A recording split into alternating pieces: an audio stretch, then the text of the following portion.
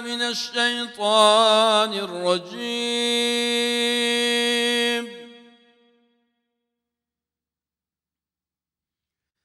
بسم الله الرحمن الرحيم.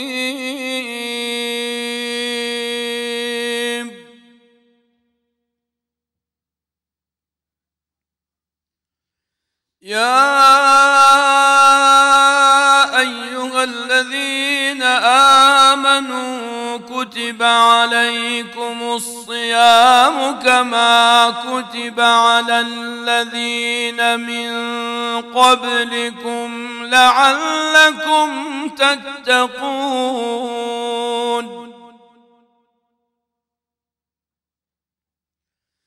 أياما معدودات،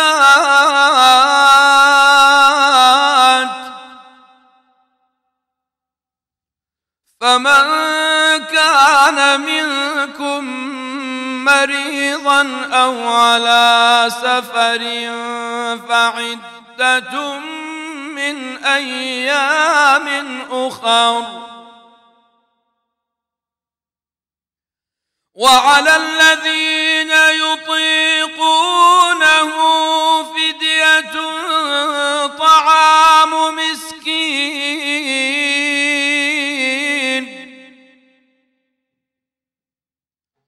فمن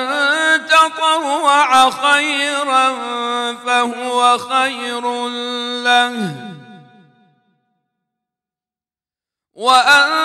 تصوموا خير لكم إن كنتم تعلمون. شهر رمضان الذي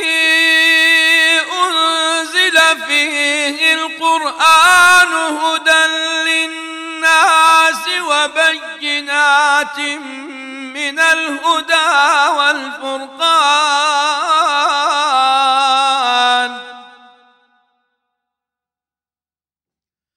فمن شهد منكم الشهر فليصمه، ومن كان مريضا أو على سفر فعدة من أيام أخر. يريد الله بكم اليسر ولا يريد بكم العسر ولتكملوا العدة ولتكبروا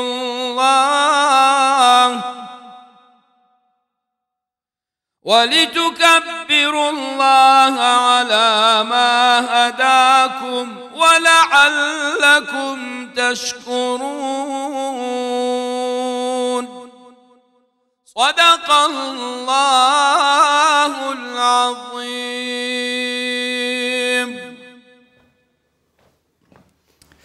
يا الله. السلام عليكم ورحمة الله وبركاته. السلام ورحمة الله وبركاته. يا ربي أو دنجهر بميني. ما شاء الله تنلي. ما شاء الله. ورمضان تام بيروز. رمضان يدوش بيروز. بخير بينا ويا أخوان. السلام عليكم. عليك السلام. شوني؟ أو يدوا مسيم هاي آخر. رمضان يشد بيروز. لا توش بيروز. إن شاء الله بيروز. إن شاء الله. إن شاء الله خذي قبيل كت. وخذي عمري بدت حتى الرجل دموعي كابوشي بيجي مصابيك بابي. إن شاء الله. أكيد هكا عمري ما حتى بشتين جينا ما إن شاء الله بتشينا مصابيك بابي كدوبين. إن شاء الله. وش تساومان لو يا الله. دس بيبك. دس بيبك. السلام عليكم ورحمة الله وبركاته. دلي ما جلا يا خوشة. جبركو خدي تعالى عمر دامه الحمد لله هزار جا شكر خدي ام كتينة هيوا رمضان بيروز دا وعمر دامه اف مهوانه قدر جران ادي ديسا شوف بكف نوما بيك وبت جلوان خوش تفيت كنت هيوا رمضان دا امزيلات نزدیکی بین کیف همه خوش اجاره کدی گلک حوالا گلک دوستو برادر بسیار کر برنامه پاشی ده هبت بله خود حس کده هبت هر شف ساعت یکی شف حتی 3 نیوا شوه که چاو هین مجیلی پاشی وین امید مجیلی پیشکش کردن برنامه پاشی ببین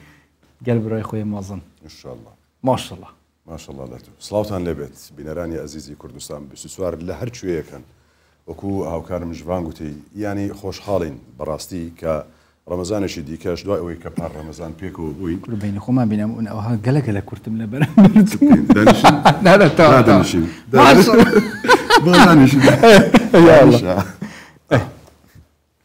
ینی باشەوە ئەوها باش ئەوها زۆر دیار نیمەکە بەژنم کورت خۆشحاڵین کە ئەو ڕەمەزانەش لەگەڵ ئێوەی خۆشەویست دەبین بە کۆمەڵێک بڕگە و بابەتی جیاوازەوە ینی وەکو پار زۆر ڕایان لێبوو ینی داوایان کرد کە کاردانەوەیەکی زۆر باشی هەبوو لەوەی کە گوتیان هەم لە سوۆسیال میدیا هەمیش ینی خەڵکان کە مەسەرەن ئەم بەتەنیا و میان ئەتووی کە باست دەکردەوە پێکەوەش دەبووین هەمیشە داوایان دەکردەوە کە ئەو ڕەمەزانە پێکەوە دەبن وەکوی کە باست کرد سپاس بخوا کە لەو ڕەمەزانشدا پێکەوەین وە بڕگە و بابەتی جیاواز لە ساڵی پار خۆشتر باشتر زیاتر گرنگی پێدەدەین میوانمان دەبێت لەسەر هەموو تەوەر و بڕگە و بابەتەکان بە هەمان شێوە بۆ ئەم ساڵ مامۆستا ڕوان بە ئامێری عود هەروەها مامۆستا ڕێبوار بە ئامێری دەف لەگەڵمان بەردەوام دەبن زیاترش دەچینە لای ئەوان دوای بابە خۆشیان قسە بکەن جگەلەوەش دەرەوەش هەندێک شەو ئێستا بە تایبەتی دەرەوە زۆر خۆشە بۆ ڕۆژەکانی داهاتوو ینی ئاشکرای بکەین کە چێن ئەوانەی دێنە دەرەوە میوان دەبن و قسەیان لەگەڵ دەکەین یان جارە نەڵێن باشە میوانی جارێ باشە میوانی تایبەتمان دەبێت ئەوانەی کە پیشان یاخود خولیای تایبەتیان هەیە یاخود هەمویان لە پیشە جیاوازە گروپی جیاوازەوە دێن لەوێ کارەکانیان دەکەن بە تایبەتی منەوە میوانانە پێخۆشەکە خواردنی خۆش دروست دەکەن دێن لێرە ئەمەش لەگەڵیان بخۆین ئەمە لێرە بە بۆنەی ئەدی لە بەرچ گوتم بەراکەم ئەوەی دەرێ ئەوەی دەرە هەیە بەس ئەوە کادە بوو کۆدە کولیچە و خورما یعنی ئەوە بزان بەوە تێر نابین ئەوە خورمانیان خورماتەوە ئەدی ئەوەی دیکە ئەوەی پارسەڵ ناوی چ بوو ئەمە بێژنێ بێمە لە قەزمانی گشتکەترە ئەتوش نابیت کە تازە دەدان دروست کرد ژوان ئاگام لێ بۆ ڕۆژگار تازە گوتی دەرهێنەری بەرنمەیە ڕێزمان هەیەبووی گوتی قەزوان ناینین لەبەر قرتەقرتی ژوانی کاکە وەڵڵەهی زۆر خورما بدینە جەماعەتی دەست پێ بکەین هەموو دەکەوتویەکی ڕۆکە هەموو خورمی ئەفساڵەشی دەست پێ بکەین بەس ئەمن خورمای دەمە جەماعەت بەڵام زۆر بوون ئەوانەی کاکە داوای شعر لە تو بکەن تەفسیری قورئان ماشەڵڵا هەر ئەتوو ئەوجا ماشەڵڵا دەنگی مامۆستا مەلەنا زۆدی قورئان خوێند دەست پێکێ باشترین دەست پێکە الحەمدوللیلا شعرێک زەرورە بەخوای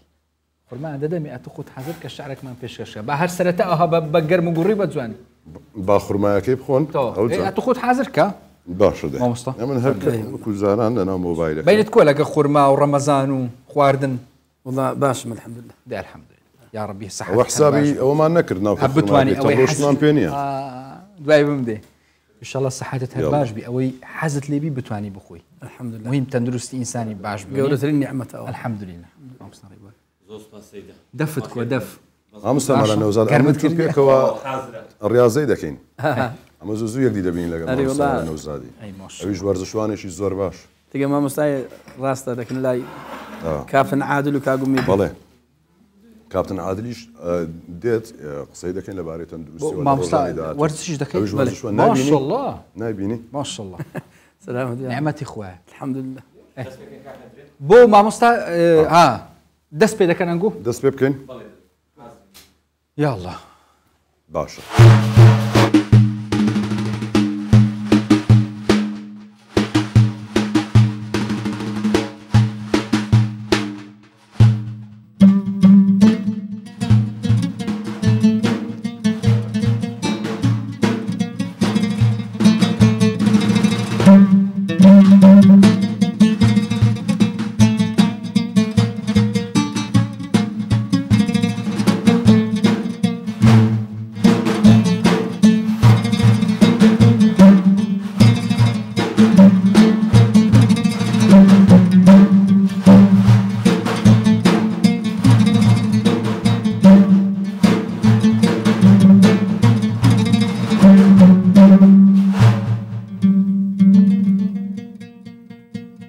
شەو کەسێ پرسی لە خۆ دەرخستنی پەروانە شەو ئەوەتی ناتێگەیشت و تەجربەی مەردان شەو هەرسیا بەختانی عشقم مەزهەری هون نوری هودان شەو نەبێ ئەستێرە مەستور بەکەم مەڕوانە شەو ئەمسیا ڕۆزی منە پۆشی وی عیبی کەسان ئاشکارە سەتری ئەحواڵی گوناهکارە شەو بۆیە زوڵمەت پۆشە نووری ئەهلی جەوهەر دەرکەوێ سەیری حەقیکەن لەسەر ئەم ماه و ئەستێرانە شەو نەبووە نابینێ لە شەو مەحرەمترێ تا ڕۆژی حەشر پەردە پۆشە هەم دەمە هەم دەردی عوشاقانە شەو شەو هەموو شەو چاوەڕێیە ڕۆژ هەڵێ هەر ڕۆژ هەڵات مەحوە سەرتاپا لەبەر پێدا فیداکارانە شەو خودپەرستینە لە شەو فێری پەرستن بن کە خۆر هەر دیاریدا بە دەوری سەریەدا قوربان شەو فرقەتی ڕۆژە دەرونی کردە داغێکی سیا وەک منی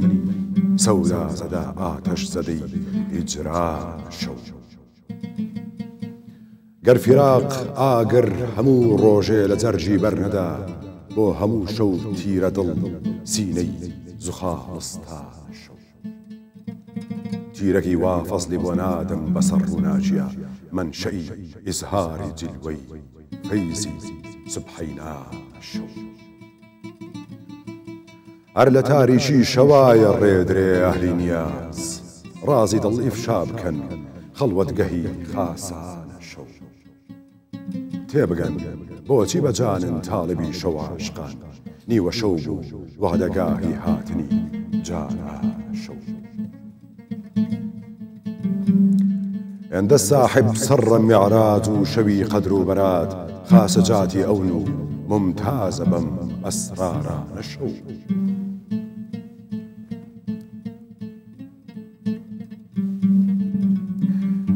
هەر کەسێ تاڵب بە دوڕی معریفەت کۆکردنە پڕ لە دوڕ دەریایەکی بێ مەهلەکەی خنکانە شەو وەک خزر ئاوی حیاتی فەیزی حەق ئافێتیە ئەو خوددا پێداوە مەحوی تا سەحەر ناڵانە شەو ئەی ماشەڵڵا ماشەڵڵا یا ڕەبی ئەف دەنگە هەر بمێت زۆر سپاس خودی سەحەتەتە هەر خوش کرد زۆر سپاس خودی ئەمرێتە هەر درێژ کرد توش و بشین هەمیگەوە وسە پۆشی بێ پێیگوابی ئینشاءالله طبعا ئەvە پۆشیڤەیەکیە خودی حەز کرد پۆشیڤە دمە یەکادێەوە بیستونە هێبت ئانیاسی هێبت ئەم نزانین بەس ئەم یەک تشتی زانین هەر ساڵ هەندی هەند ئەف مێڤانەیە قەدر و عەزیزە گەلە پلەسدار باز بێت بلا ئەvە البیرۆتە بێت هەندرێ ئەمە گوت پۆشیڤەیەکێ سەکێ چەندیزی دەڕۆژ هەمانی هات بالضبط اجبر هندي جمبور يعني هندا جرى البرمه برزت بهندي هندي بليز داربوز هەر بەڕاستی ئەو کاتی کە کۆتایی هات ینی حاڵەتێک بوو دەمازانی ئەمە هەر یەکەمان لێک جیا دەبینەوە ستافی بەرنمەکە ئەوە هیچ کە لە شوێنی ئیشەکەمان پێکەوەین بەڵام بۆ بەرنمەکە بۆ ڕۆژانە و میوانانی کە یاریمان لێ وەردەگرتن و بەتایبەتی لەو کاتەدا ینی کەش و هەوایەکی کەشێکی ئیمانی بوو تایبەتمەندی خۆی هەیە ڕەمەزان ینی لە هەموو دنیادا بێژن لەز دەرباز بێت خێرا دەرباز دەبێت دەرفەتە خودێ vê نعمەتێ gelek kesana kir madem tu ketiyetê de wisa pilez jî tu zanî derbas bit vê tu qazancê jî werbigirî faydê jî werbigirî kelkiş jî lê werbigirî eger nem ew şew bizabit basî ew babetî dekin çawa mifayş heyva remezanê werbigirîn çawa bixwe bikîne wêzgehek bo riha فرصتێکە زوود ینی زوود تێدەپەڕێت wê کۆمەڵێک بابەتی دیکەش ئەمە جگەلەوەی کە دەبێتە تەوەری قسەی لەسەر دەکەین بە تایبەتی ینی کە سەرەتا ڕەمەزان دێت کۆمەڵێک پرسیارەیە کۆمەڵێک بابەتی دیکە بە تایبەتی ئەم ڕەمەزانە جیاوازە کەوتونێتە نێو نەورۆز ڕەنگە خەڵکانێک هەیە لەبەرەوەی بەهارە و کەش و هەوا خۆشە بیانەوێت کە بچنە دەرەوە ینی چی بکەن لە نەورۆزە لە کاتێکدا ئەوان بە ڕۆژوون و لە دەرەوەن لە دەرەوە دانوێ فتار بکەنەوە کۆمەڵێک پرسیار دروست بووە بۆ ئێمە هاتووە بەستە بەحسێ نەورۆزێ کرد جۆش بەرن دژام جلکێت کوردینە بەس ماشەڵڵا برۆی من ئەوە چ ستۆیلەتە کردی بەس من تێبگەینە ئەوە لە چی هاتی ئەو ستایلە لە چی هاتی وەڵا ستایلی خۆمە وبڕاستە هەندرێنیە ئەوە یعنی وەڵی ماشەڵڵا تایبەتە ماشەڵڵا طبعا ئەس بکەمێن و کاتێک گەلێک کرێت نانەوانیە نا لێت دێت جوانە وای هەربژی ئەم دەست بابەتی یەکەم و تەوەری یەکەم بکەین وبابەتی گرنگ وەکی بەحەزی کردی کام چۆ مفۆی شەیڤ ڕەمەزانی وەربگرین و هەموو بچینێت نۆف بابەتی دۆ مێڤۆنێ بابێت باشە میێوانی سەرەتامان بەڕێز مامۆستا جەلال خەیلانی جێگری سەرۆکیەتی زانایانی ئاینی یا الله باشترین دەستپێکمەوە دەستپێکی قڕۆنە پیرۆزجاوە بابەتی گرنگ و هەیڤ ڕەمەزان مفۆی شەوەربگرین یاخوا بەخێر ڕەمەزانیشتان پیرۆز لەئێستا خوا قبوڵی کا ڕەبی ئەو مانگە پیرۆزەی دابین زۆر سپاس یاخوا بەخێر دەستان خۆش مەمنون زۆر سپاس هێشتا نەکەوتونێتە ناو ئەوەی کە بەڕۆژ و بین تا بڵێن ڕەمەزانەکە چۆنە بەس کەش و هەوایەکە دیارە یانێگەلێت ڕەمەزانەکە چۆن تێدەگەی ئەو ساڵ بەخوا ئینشاءڵڵا ڕەمەزان هەموو ساڵێک هەر خۆش بووە سەرەتا بە ناوی خوای بەخشندە و میهرەبان من ئەمەوێ سەرەتا پیرۆزبای هاتنی مانگی ڕەمەزان لە هەموو موسڵمانانی جیهان بکەین بەگشتی و موسڵمانانی کوردستان بە تایبەتی داواکارین لە خوای گەورە ڕەمەزانی ئەم ساڵ سەرەتای هاتنی ڕەمەزان سەرەتای هاتنی خۆشی و مەحەبەت و برایەتی و تەبایەبی بۆ ناو ڕێزی ملەتەکەمان بە تێکڕایی طبعا هاتنی مانگی ڕەمەزان خۆی لە خۆیدا مانگی ڕەمەزان معلومی جەنابتانە یەکە لە ڕوکنەکانی ئیسلام بە ڕۆژی بوون لە مانگی ڕەمەزان یەکە لە ڕوکنەکانی ئیسلام کە ئیسلام خۆی 5 ڕوکنی هەیە بوونە ئیسلام و عەلا خەمس یەک لەو پێنجانە بە ڕۆژی بوونی مانگی ڕەمەزانە طبعا بە ڕۆژی بوون لە مانگی ڕەمەزان و هاتنی مانگی ڕەمەزان ئەوە ڕوکنەشی ئیسلامەتی ڕوو ئەکاتە ناو موسڵمانان مانگی ڕەمەزانیش ساڵ بە ساڵ فەسلەکەی دەگۆڕێ مثەڵەن دەڕۆژ دێتە پێش و هەموو ساڵێکەوە ئەویت ئیمساڵ تەبعەن بە شێوەک لە شێوەکان ڕەمەزان کەوتوتە کاتێک کە سەرەتای بەهارە نەورۆزە ئەمە لە جانیبێکەوە ممچینە هەندێک خەڵک وا بیرکاتەوە برێ ئەم مانگا تەواو ڕەمەزان ئەی با خەڵک لە بەهار و گەشت و گوزاری بەهار بێ بەشە بیتن ڕەنگە هەندێک بیرکردنەوە بەو شکڵێ هەبیتن بەڵام بیرکردنەوەی تریش هەیە مەسەلەن تۆ کە بە ڕۆژی ئەبی تەبعەن ڕۆژی دوو نەوع ڕۆژیمان هەیە ئێمە ڕۆژی شەکلیمان هەیە زاهیری ڕۆژی ڕوحیشمان هەیە یعنی طبعا لە کاتی ئینسان بە ڕۆژەبی هەردوو حاڵەت هەنا هەندێک کەس بەڵام ئەوەی وەرگیراوە ڕۆحیەکەیە بەڵێ ئەوەی لە لای خوای گەورە مەقبوولە وەرگیراوە و حسابی خاصی بۆ ئەکرێتن ڕۆژە ڕوحیەکەیە طبعا ڕۆژە ڕوحیەکە تۆ ئەگەر ڕۆژی ڕوحی بکەی بە ڕۆژی ڕوحی بە ڕۆژی ببی قەت بیر لەوەی ناکەیەوە برێی ڕۆژە کە زۆر درێژە و یان فەسلەکە وەختی ڕاباردن و خۆشیە و من تووشیەوەی ئەبم ئەگەر ڕوحیەن تو ئەو ڕۆژەی بگری مەسەلەکە ڕوحی بیتن ئەسڵەن بیر لەو بابەتەی ناکەیەوە بەڵام ئەگەر ڕوحی نەبی هەر شکلی بی وەڵی شکلیات وایە ئینسان ئەرێ لەو کاتێ خۆشە لەوەی خۆشتە لەمەی ئەوە بەس ومێ دەکەین ئینشاءڵڵا ڕەمەزانی ئەو ساڵ ڕەمەزانێکی خۆشە بیتن و خەڵکەکەش استقبالشی زۆر باش بە گەرم و گوڕیە ماس پێەکەین لە مانگی ڕەمەزانە کاتن و ومەلەتی کوردیش هەر لە کۆنەوە لەگەر ڕەمەزان تەباو ڕێک و پێک بووە یعنی ئەتوانم برێم وەلەو تەعەسوبی قەومیەت و نەتەوەی ناکەم بەڵام ئەتوانم برێم ملەتی کورد لەبارەی نەک هەر ڕۆژی هەموو ئەرکانی ئیسلام لە بەشی هەری زۆری لە پێشترە بەڕاستی جا مامۆستا هەر وەکیتە گوتی گەرم و گوڕی و ڕەمەزانەکە خۆش ئیشڵا دێبێت و خودێک ئیشڵا شەمی بسڵمانە قبیل کرد بەڵام خۆشی مانگی ڕەمەزانیش ئەوەیە کەش و هەواکەی زۆر پێوە دیاربی مزگەوتەکان حازر بن لە بوو پێشوازیکردنی مانگی ڕەمەزانی پیرۆز لە هەموو ڕۆیەکەوە ئەوجا من باسی هەم وەزارەت هەم ئەوقاف بەگشتی بکەم شارەکانیش چه حازریەک کراوە جیاواز لە مانگەکانی تر یان هەتا بڵێم جیاواز لە ساڵەکانی پێشووتر بۆ ئەوەی کەش و هەوای ڕەمەزان زیاتر پێوە دیار مسلمان مرتاحتر بی لە ناوە مانگە بە تایبەت لە مزگەوتەکان بەڵێ طبعا ئێمە دوو دەستگامان هەنە کە دەستگای دینینە لە کوردستان کەیشان وزارەتی ئەوقاف و کارەباوە وزارەتیشی حکومیە و ئەوە بەشێکە لەو مەسەلەیە دەستگایشی تریشمان هەیە کە یەشێتی زانایانی ئاینی ئیسلامی کوردستانە ئەویش تەواوکەری وزارەتی ئەوقافە ئەویش هەر پەیوەندی بە بابەتی دینیەوە هەیە بە حەقەت ئەمە ساڵانە بەر لەوەی کە ڕەمەزان بێتن یعنی بەرنامەیەک دائەندرێ هەم لە لای ئێمە وەکو یەشێتی زانایان هەم لە لای وزارەتی ئەوقاف و کاروباری ئاینیشەوە طبعا بەرنامەکە چۆنە بیتن دائیمەن بەرنامەکە وایە کۆمەلێک تعلیمات و ڕێنمای دابەزی طبعا مشینە جەنابتان وەکو دەستگای ڕاگەیاندن ڕێنماییەکان لای بەڕێستان هەنا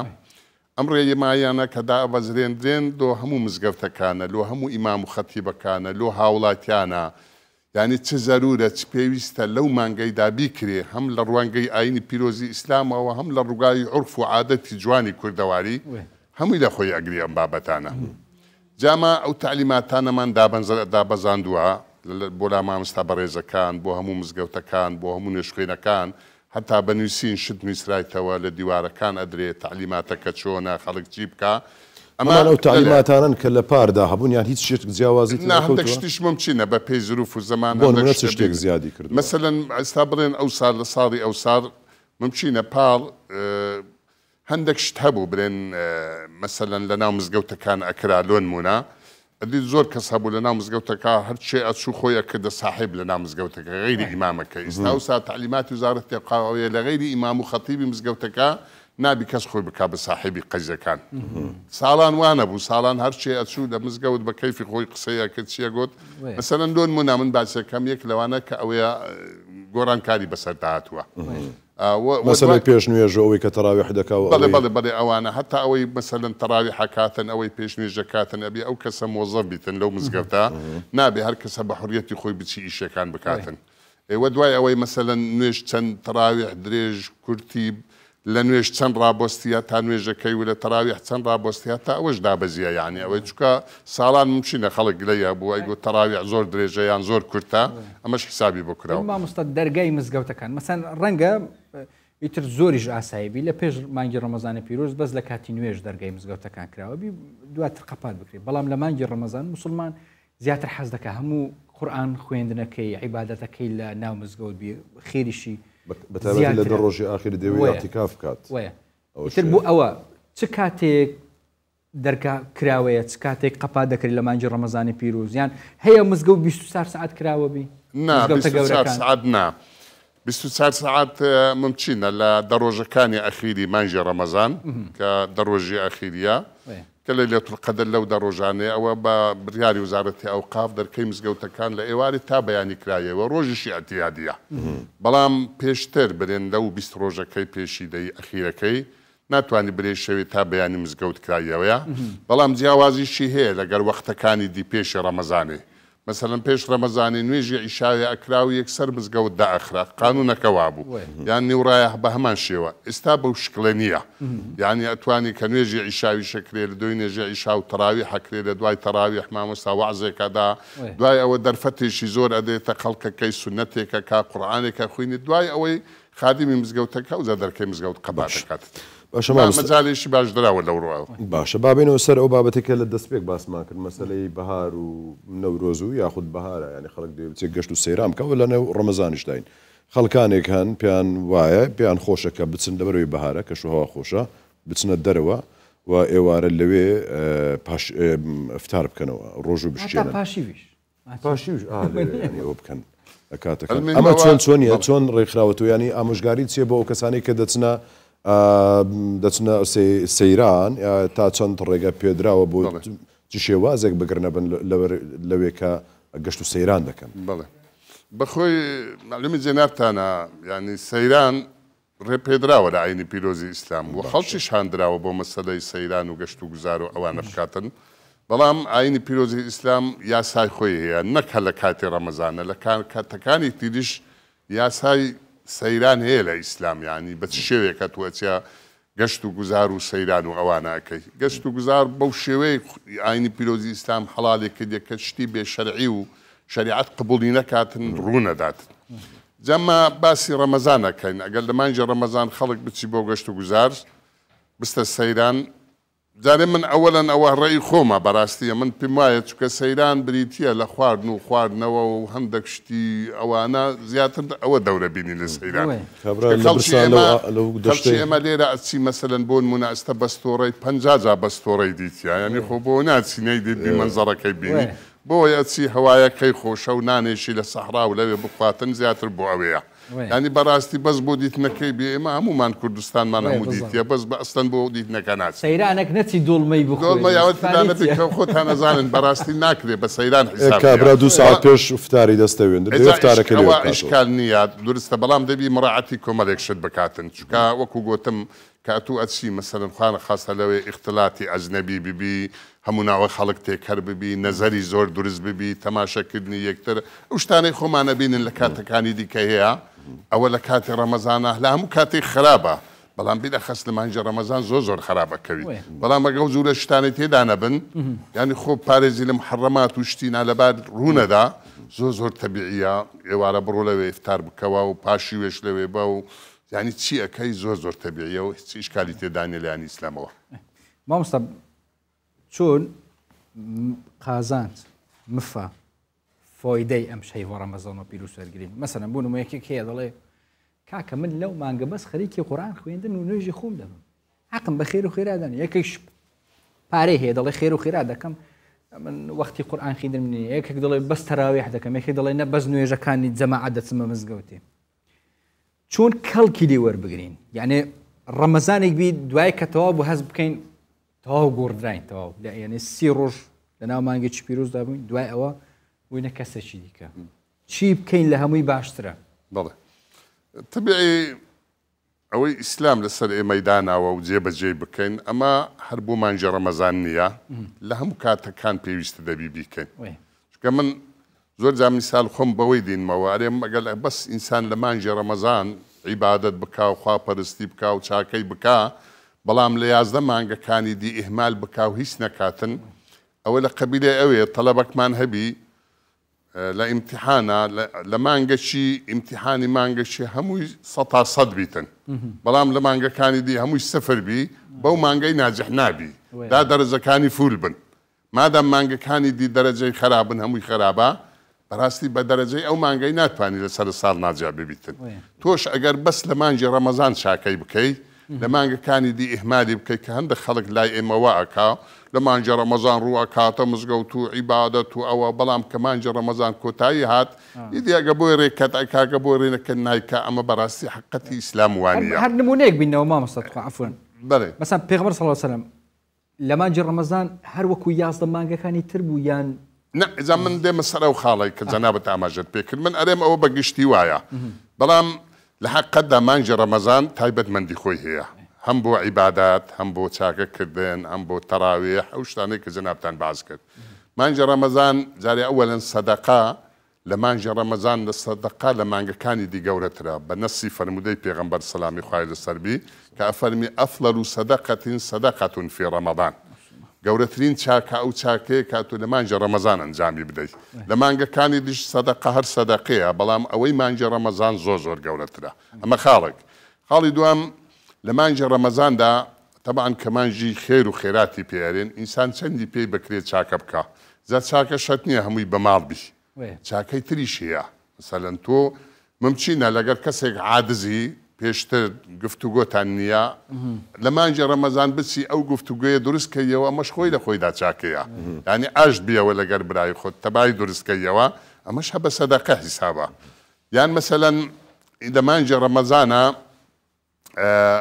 خۆی عادەتەن خەڵکی ئێمە لە مانجی ڕەمەزان زکاتە داتن وەڵەو زکات بە پێی سار سوورانەوە و کات و ساتی خۆی هەیە بەڵام بوویتە عادەت لە مانجی ڕەمەزان زکاتە داتن ئەو کەسەی کە لە مانجی ڕەمەزان زکاتە داتن تەبعاً نەبی حەوڵ بداتن ئەو زکاتەی ئەوەی مانجی ڕەمەزان بگەینتە ئەو کەسانەی کە مستحقی زکاتەکەنە یعنی بە مەیل مەیلانە بە خزمانە یان بە نەشارەزایی نەچی زکاتەکە بدا تا نەگاتە قەنەعاتی 100% کە ئەو کەسەی زکاتی ئەداتێ یەکە لەو سنفانەی کە شەریعەتی ئیسلام زکاتی بۆ داناوە نابی زکاتەکەی ڕێکاری تایبەتی هەیە بۆی بزانین چێنەوە کەسانە وە لە مانجی ڕەمەزانە بی ئینسان چاوپۆشی لە کەم و کورتی خەڵکی بکاتن یعنی لەبەرەوەی لە فەرمودەی پێغەمبەری سەلامی خوای لەسەر بێ فەئین سابەکم ئەحەدون فەقول ئینی سائیمون ئەگەر لە ڕەمەزانێ هەتا کەسە قسەی پێگوتی قسەی ناشرینی پێگوتی تو ڕەدی مەدەوە جوابەکەتەوە بیبرێ ئینی سایمون من بە ڕۆژی مەکاکات و هەرچی برێ من جوابت نادەمەوە یعنی مانجی ڕەمەزان دەبی زبانت بە ڕۆژی بی جوین نەدەی غەیبەت نەدەی فەسادی نەکەی شتی خراپ و بێسەر و بەر ئەوەی بە زبانەکرێ یان بە ئاعزای ئینسانی هەر ئەندامێکەکرێ ئەبێ لە مانجە ڕەمەزان زیاتر لە هەموو وەختەکانی دیکە بیپارێزی. وڵی پرسیارەشی زۆر سادە ینی بەڕاستی خەڵکانێک کە بە ڕۆژوو دەبن ینی زۆر بێتەبیعەت دەبن کەس قسەی لەگەڵ ناکرێ دەمێ بزانم ڕۆژی مشکلەوەی پێش ڕەمەزانی بێت ینی مامۆستا ئەو جۆرە کەسانە هەر بەجددی ڕۆژیان لێ قبوڵە کە زۆر جوێن دەدەن و تووڕەن و هاوار دەکەن و یعنی ڕەتفعلی زۆر سریان هەیە لەسەر ئەوەی چێوەڵە بە ڕۆژیە واللهی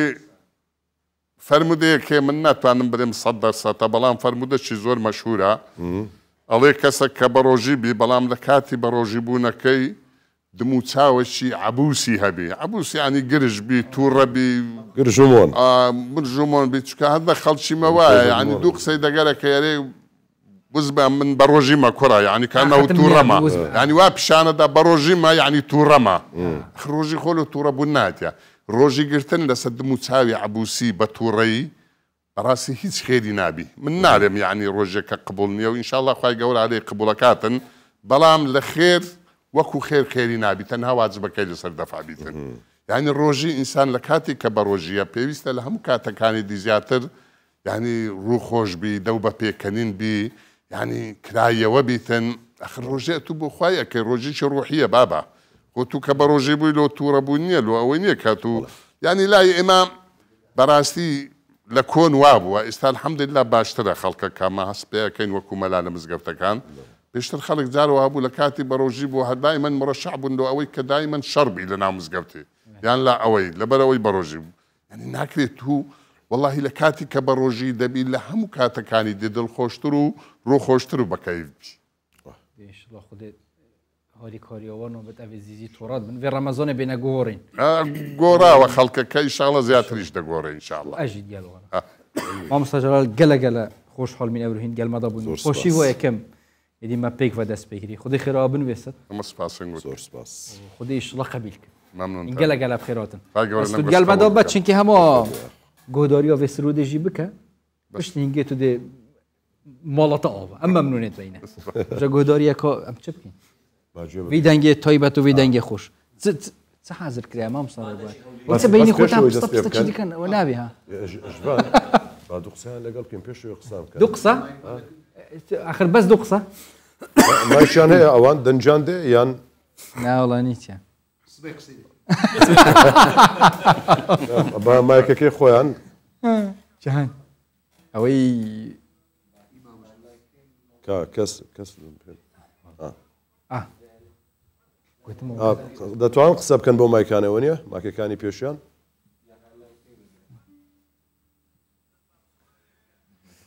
باشە سرودەکەی بڵێن پاش سرودەکەی چێ حازرە مامۆستا بەڵێ چ حازر کرا وڵا سرودێکمان حازر کردیا برین سرودێکی وەکی بێ تۆ نەچی هەولێری بی یا الله خۆمە بایەتەچی هەولێری نعمەتی خوا یا الله یا الله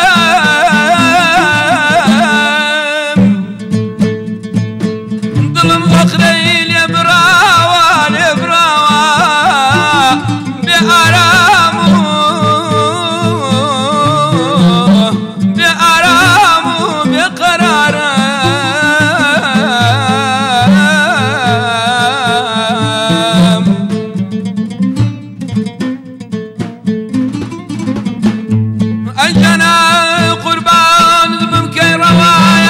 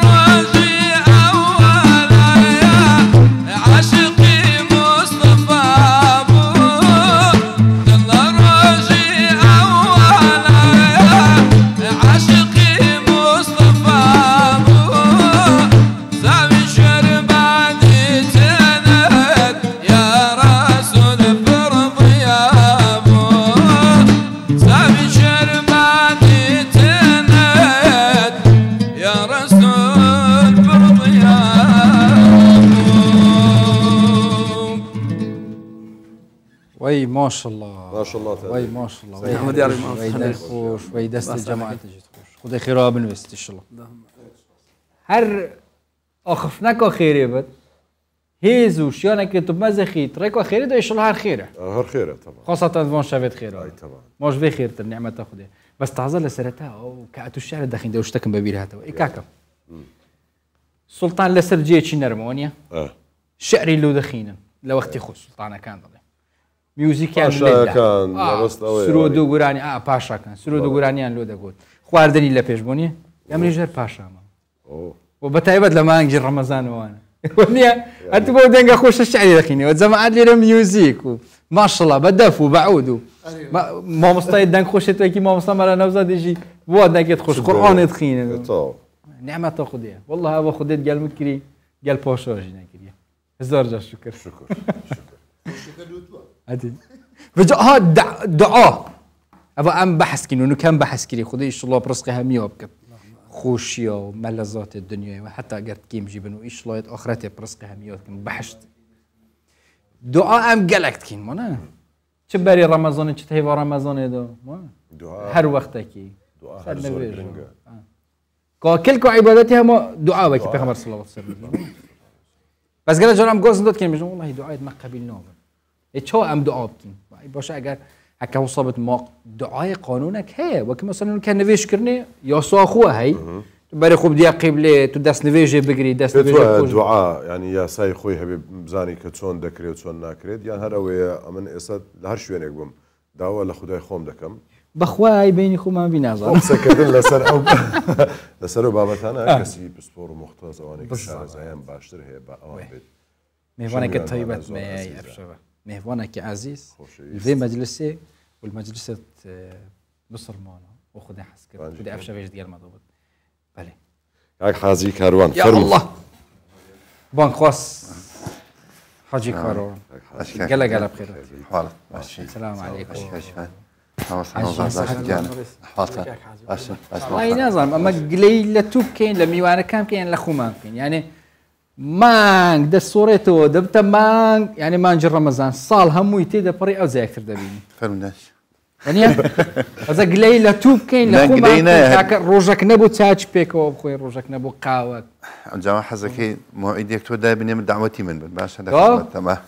بخوي باريش او هيك همو روش موعده شيدانا امروني لازم بتني رويش امروني ناس اخر لازم بتني رويش بمني قلتوا يا ناس نعم اوكي ياك زار بمني قلت اخر تاعي سور كردو اوكي انا ان شاء الله جزر ان شاء الله دربي برميد بتسامح مستط قلق رمضان بيروز تاخذ 80 دنا في هاي بيروز 80 درباز بيروز يا رب ان شاء الله يا رب خوي يقول لهم لا بيروز ان شاء الله بخير وبركه كشو هواي يعني ورده هذا كوين ناو ساردي يعني دمي او برسم نازانم امن بيموانيه ببيرم بيا من دال من رمضان لزستان دا تو ببيرم وبراسته تو يعني اخر هبو من دالهم ل 2000 تقريبا ل 2001 او فتره زستان تقريبا اوكات بله لانه بيش 2000 ها يعني كم صار تقريبا بالسي صار 6 صار بله 6 صار 6 صار ورز اقوري دوي بديار كت كام بير وي متى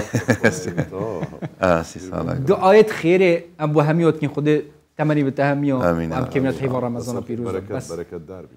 ان شاء الله لمني برسي امني جنازان بزدي دعاء قانون تهيبت بخويا وهي مثلا اما تو ضل نيابين او دعاء قبول كراوت شويه اسمان ويتو بسم الله الرحمن الرحيم سباس والله من بيش جوابي برسيارك جناب لسر مسألة دعاء هرشاني بابتك تايبت بدعاء بس حزم كرت شاريتك بدن بمسألة رمضان وروجو قرتن اگر نيو دقيقة اجازة بدن توزيق زيادة رجل ام صالي بار فرقي هي بار لبيران فرقي زيادة هي خلق استاك ميشكي زور ماندوه خلق اون دي است تقييمي اشتكان لروا كشكي لروا ماديكي لروا كاكلكي ناكاد براستي يعني روحكان كوتونة تجيروا ضلكان ماندون هستكان سريان ليش يواوا خواهي قورا ام عبادتاني بو ايما وداناوا بو اوي اگر دلمان دنیا بردی بێتی بۆ ئەوەی ئەگەر دڵمان دنیا ماندووی کردبێ بۆ ئەوەی ئەگەر دڵمان گوناح ڕەشی کردبێ بۆ ئەوەی ئەگەر ئێمەمانان لەخوا دوور بوو بێتین لەزەت و تام و چێژی ئیمانمان فترەیەکی باش نەکردبێ ئەم مەوسیمانەمان بۆ ئەڕەخسێنێ مانگی ڕەمەزان ئەوێ جارێکی تر ئەم دڵانە لەگەڵ خۆی ئاشت کاتەوە چونکە خوا غیرەی هەیە یعنی هیچ کەسێک بەقەت خوا غیرەی نییە خوا ئێمەی خەڵکرۆ بۆ عیبادەت غیری ئەوە پەرستین ڕستی ئێمە ئەدا شکرانەی غیری ئەوەکەین بۆیە ئەم عیبادەتانە بۆ ئەمەیە کە ئێمە یەکەم لە خوا نزیک بینەوە پێی دووەم شکرانەی پێ بکەین یعنی خەڵک وای لێ هاتووە ئەوەندەی سەرقاڵی دنیاە ئەوەندەی سەرقاڵی نەفسێتی ئەوەندەی سەرقاڵی تێرکردنی حەز و ئارەزۆکانێتی ڕوحی لەبیر چۆتەوە بۆیە ماندوین نە بە خەوی ئیسراحەتەکەین نە بە ئیش ئیسراحەتەکەین نە بە هەبوونی ئیسراحەتەکەین نە لە ماڵی ئیسراحەتەکەین نە لە دەرەوەی ئیسراحەتەکەین لەبەر ئەوەی ڕوحەکان ماندوون حەسانەوەی ئەم ڕوحانە لە ساباتێکە پێی ئەوترێ ظیلال القورئان سێبەری قورئانە لەم مانگەیە ئەم قورئانە دابەزیوە ئەگەر لەژێر ئەم سێبەرەیە خۆمان نەبینینەوە هەر ماندوین هەر هیلاکین هەر ڕاکەین خوای گەورە لە حەدیثی قودسیە فەرمێ عەبدی فإن لم ترضى بما أعطيت أو رازين ببوي كبيم داوي تركض ركض البراري چون حيوانك آجالك تشيوي هر رأكا وهر ماندو هر ناقا أفرمي إنسان شوي ليدي بوي براسي إما هلاكين أما ماندو بنا بشي أروات بتنياي لقل خوا بدلدان بخوا بمناجات لقل خوا بفرميسكو داباريني أم فرميسكان بو گوناحەکان بۆ خوا رجل ذكر الله خاليا ففاضت عيناه ئەم جوانی و پاکیەی کە ئەم نوری ئیمانە لەم دڵەیە هەیە دڵ بزری کردووە ئەو شعرەی کە کاکەندرێن لەوانەیە بیخوێنێتەوە دوای یان کاتێتر ئەمە ئێستا خەڵک وای لێ هاتووە ئاخۆ بە چ شاخێکەوە گیرساوە دڵی من ئاخۆ بە چ داخێکەوە سوتاوە دڵی من خەڵک دڵی سوتاوە دڵی بە هەر شاخێکەوە شاخی دنیا شاخی مادە شاخی حەز و ئارەزۆکان نازانێت خۆی نابینێتەوە بۆیە ئەبێت دڵی خۆمان بدۆزینەوە بەڕاستی ئەم دڵە سەرگەردانە ئەگەر لە ناو ئیمانە نەیبینیتەوە ئێستا ئەم مانگە ڕۆژی ئەوەیە بۆیە من ئەڵێم ڕەمەزان ئێستاکە بۆ خۆمان یەک ڕاستە ڕۆژوین ڕۆژوو ئەگرین بەوەی کە نان و ئاو نەخۆین بەڵام ئەبێ ماندوو بین بۆ عیبادەت ماندوو بین بە شەو نوێژ ماندوو بین بۆ قورئان خوێندن پێویستیمان زۆر بە تەنیاییە ئەم قەڵەباڵغی دنیا وای لێ کردوین خۆمان لەبیر کردوێتەوە خەریکی چین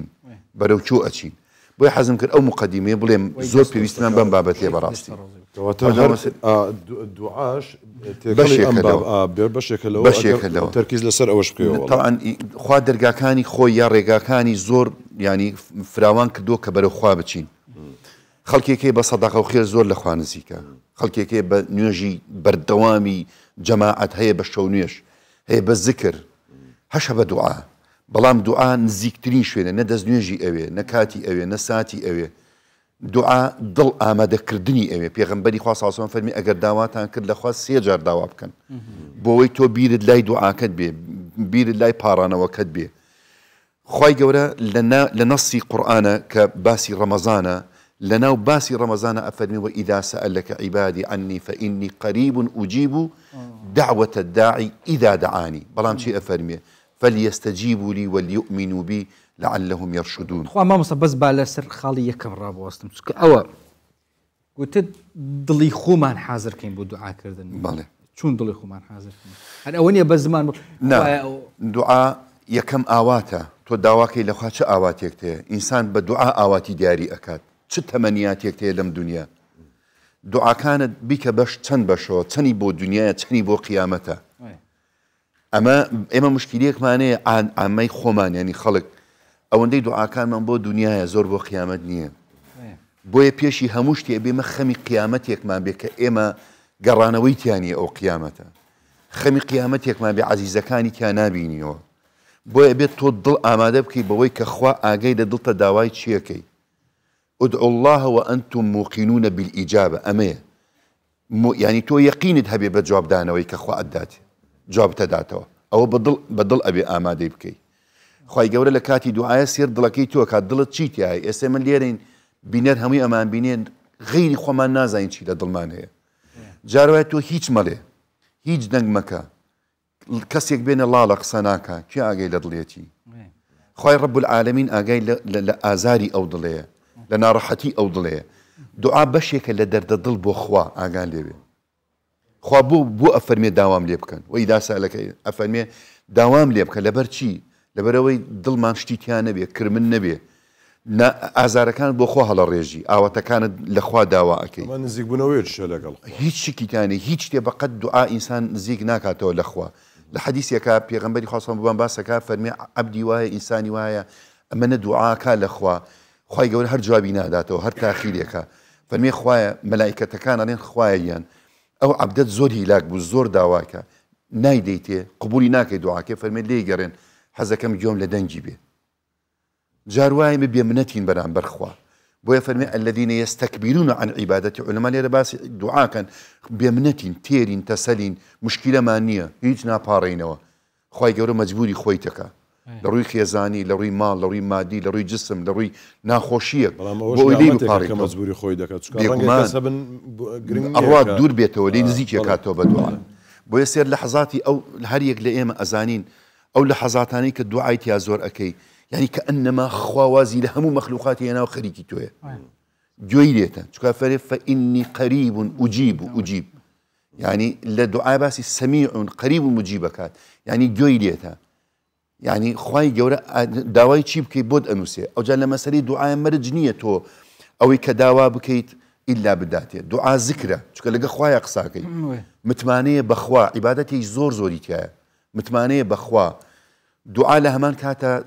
شلون علي يعني اعتمادي كلية لسرخوا توكل لسرخوا ثقة أدي بخوا أمانة خوا بي خوش ظني باشا بخوا أول لها ميقرن يعني توقع لقى خوا يقصاكي بويا أجر نشي دابيت أو اندبسك أو مقامة أداتي ما بس تيتشي خواي قورة وإذا سألك عبادي عني فإني قريب أجيب دعوة الداعي إذا دعاني بوش تكاني تروى نوتراو مثلا خيرك بون دكا أو ملائكتي خير أو ملائكتي شر دنوسن بلان بو دلي إني قريب يعني يكسر خوي يعني للري ملائكتك أنا يعني بو أمشتهي يعني خواي جورا رخصتي ببيغمبر ندى صلى الله عليه وسلم كبرسترين بلي بشرية وبرسترين بلي بيغمبراتي شي بدسينا وبيغمبري خما صلى الله عليه وسلم أفرمين نابي تنانت خلق لتو داوابك سألك أويا سألك يعني سؤال يعني داوا كردن پێغەمبەر خۆی لە ژیان ماوە خوای گەورە ڕوخسەتی بە خەڵک نەداوە بچن بۆ لای پێغەمبەر داوای شتی لێ بکەن و ڕوخسەتی بە پێغەمبەری خوش نەداوە صلی الله عليه وسلم بە خەڵک بڵێن داوام لێ بکەن هەموو حەدیثێک کۆ بکەرەوە ژیانی پێغەمبەر بە خەڵک بڵێ وەرە من خۆ پێغەمبەری خوا دوعای قبول بووە بەڵام ئەگەر خەڵک ئەچوو بە لای پێغەمبەری دوعای بۆ بکەن فەرمی وإذا سألك عبادي عني لمن ئەفەرمێن لە من داوایان لە من کە هاتن بۆ لای تۆ فإني قريب من نزيكم نكتو تنانت ئێستا خەڵک بۆ نمونە کە ئەچێ بۆ مەدینە ڕاستە زیارەتی پێغەمبەر گەورەی صلی الله علیه وسلم ڕاستە لە خۆشەویستی پێغەمبەر ئەچی بەڵام تەنانەت لە دوای مردنیش ئیزن بەوە نەدراوە کە بڵێ وەڵام من ئەچم لە پێغەمبەر داواکەم خوا بمداتێ بەڵام بڵێ لەبەر خاتری پێغەمبەر شتێکی ترە صلی الله عليه وسلم باش خاتر يعني ئەگەر بڵێ لەبەر خاتر ئەمە شتێکی دیکەی ببیرێنن يعني زۆر کەسێ ئێستا مەسەڵەن دەچێتە دەڵێ دەچمە لای شێخ فلان داوای ئەوە بکەم نازانم یان چاچی چێ ئەم بابەتانە تەنانەت قبری پێغەمبەر صلی الله عليه وسلم يعني کە دەچێت داوا دەکات يعني داوا دەکات لەگەڵ بڵێ بۆ خاتری ئەوە مەسەلەی خاتر گوتت باست کرد ئەوەش لەما ڕوخسەتێکیان بەوەدا ئەگەر باسی خاتر بێ بەڵام بڵێ کە بۆ خوای گەورە فەرم لێرە ئینی قەریبە بۆ پێغەمبەر صلی الله عليه وسلم بۆ کەسی زیندوو شەبێت بەڵێ مەسەلە بۆ نمونە کاتێک باران نەباریوە ئیمامی عومەر فەرموویەتی یا ڕەبی خوایە لەبەر خاتری عەباس ئیمامی پێغەمبەری خوا باران بباری وخاتری ئەو مناڵانە بێگوناه بەڵێ زیندوون گەنجێکی تۆبەکارە پیاوێکی ئیماندارە ئەی ئەو کەسێک کە مەسەلەن مردووە با بڵێن دەچێت داوا دەکات وەکو بیر و باوەڕی ئەو هەیە تۆ بۆ زیندوو جائز نییە کاکەن بۆ زیندوو ئیلاوە شتێکی ترە زیندووەش مەسەلەن من بە مامۆستا نەوزادێن مامۆستا دوعام بۆ بکە لەبەرەوەی زیندووە پیاوێکی دیندارە مەسەلەن بە جەناب دەڵێم کاکەن دەرێن دوعام بۆ بکە حاڵەتێکی طەبیعیە بەڵام بەشەکەی تر ئەمەیە کە ئێستا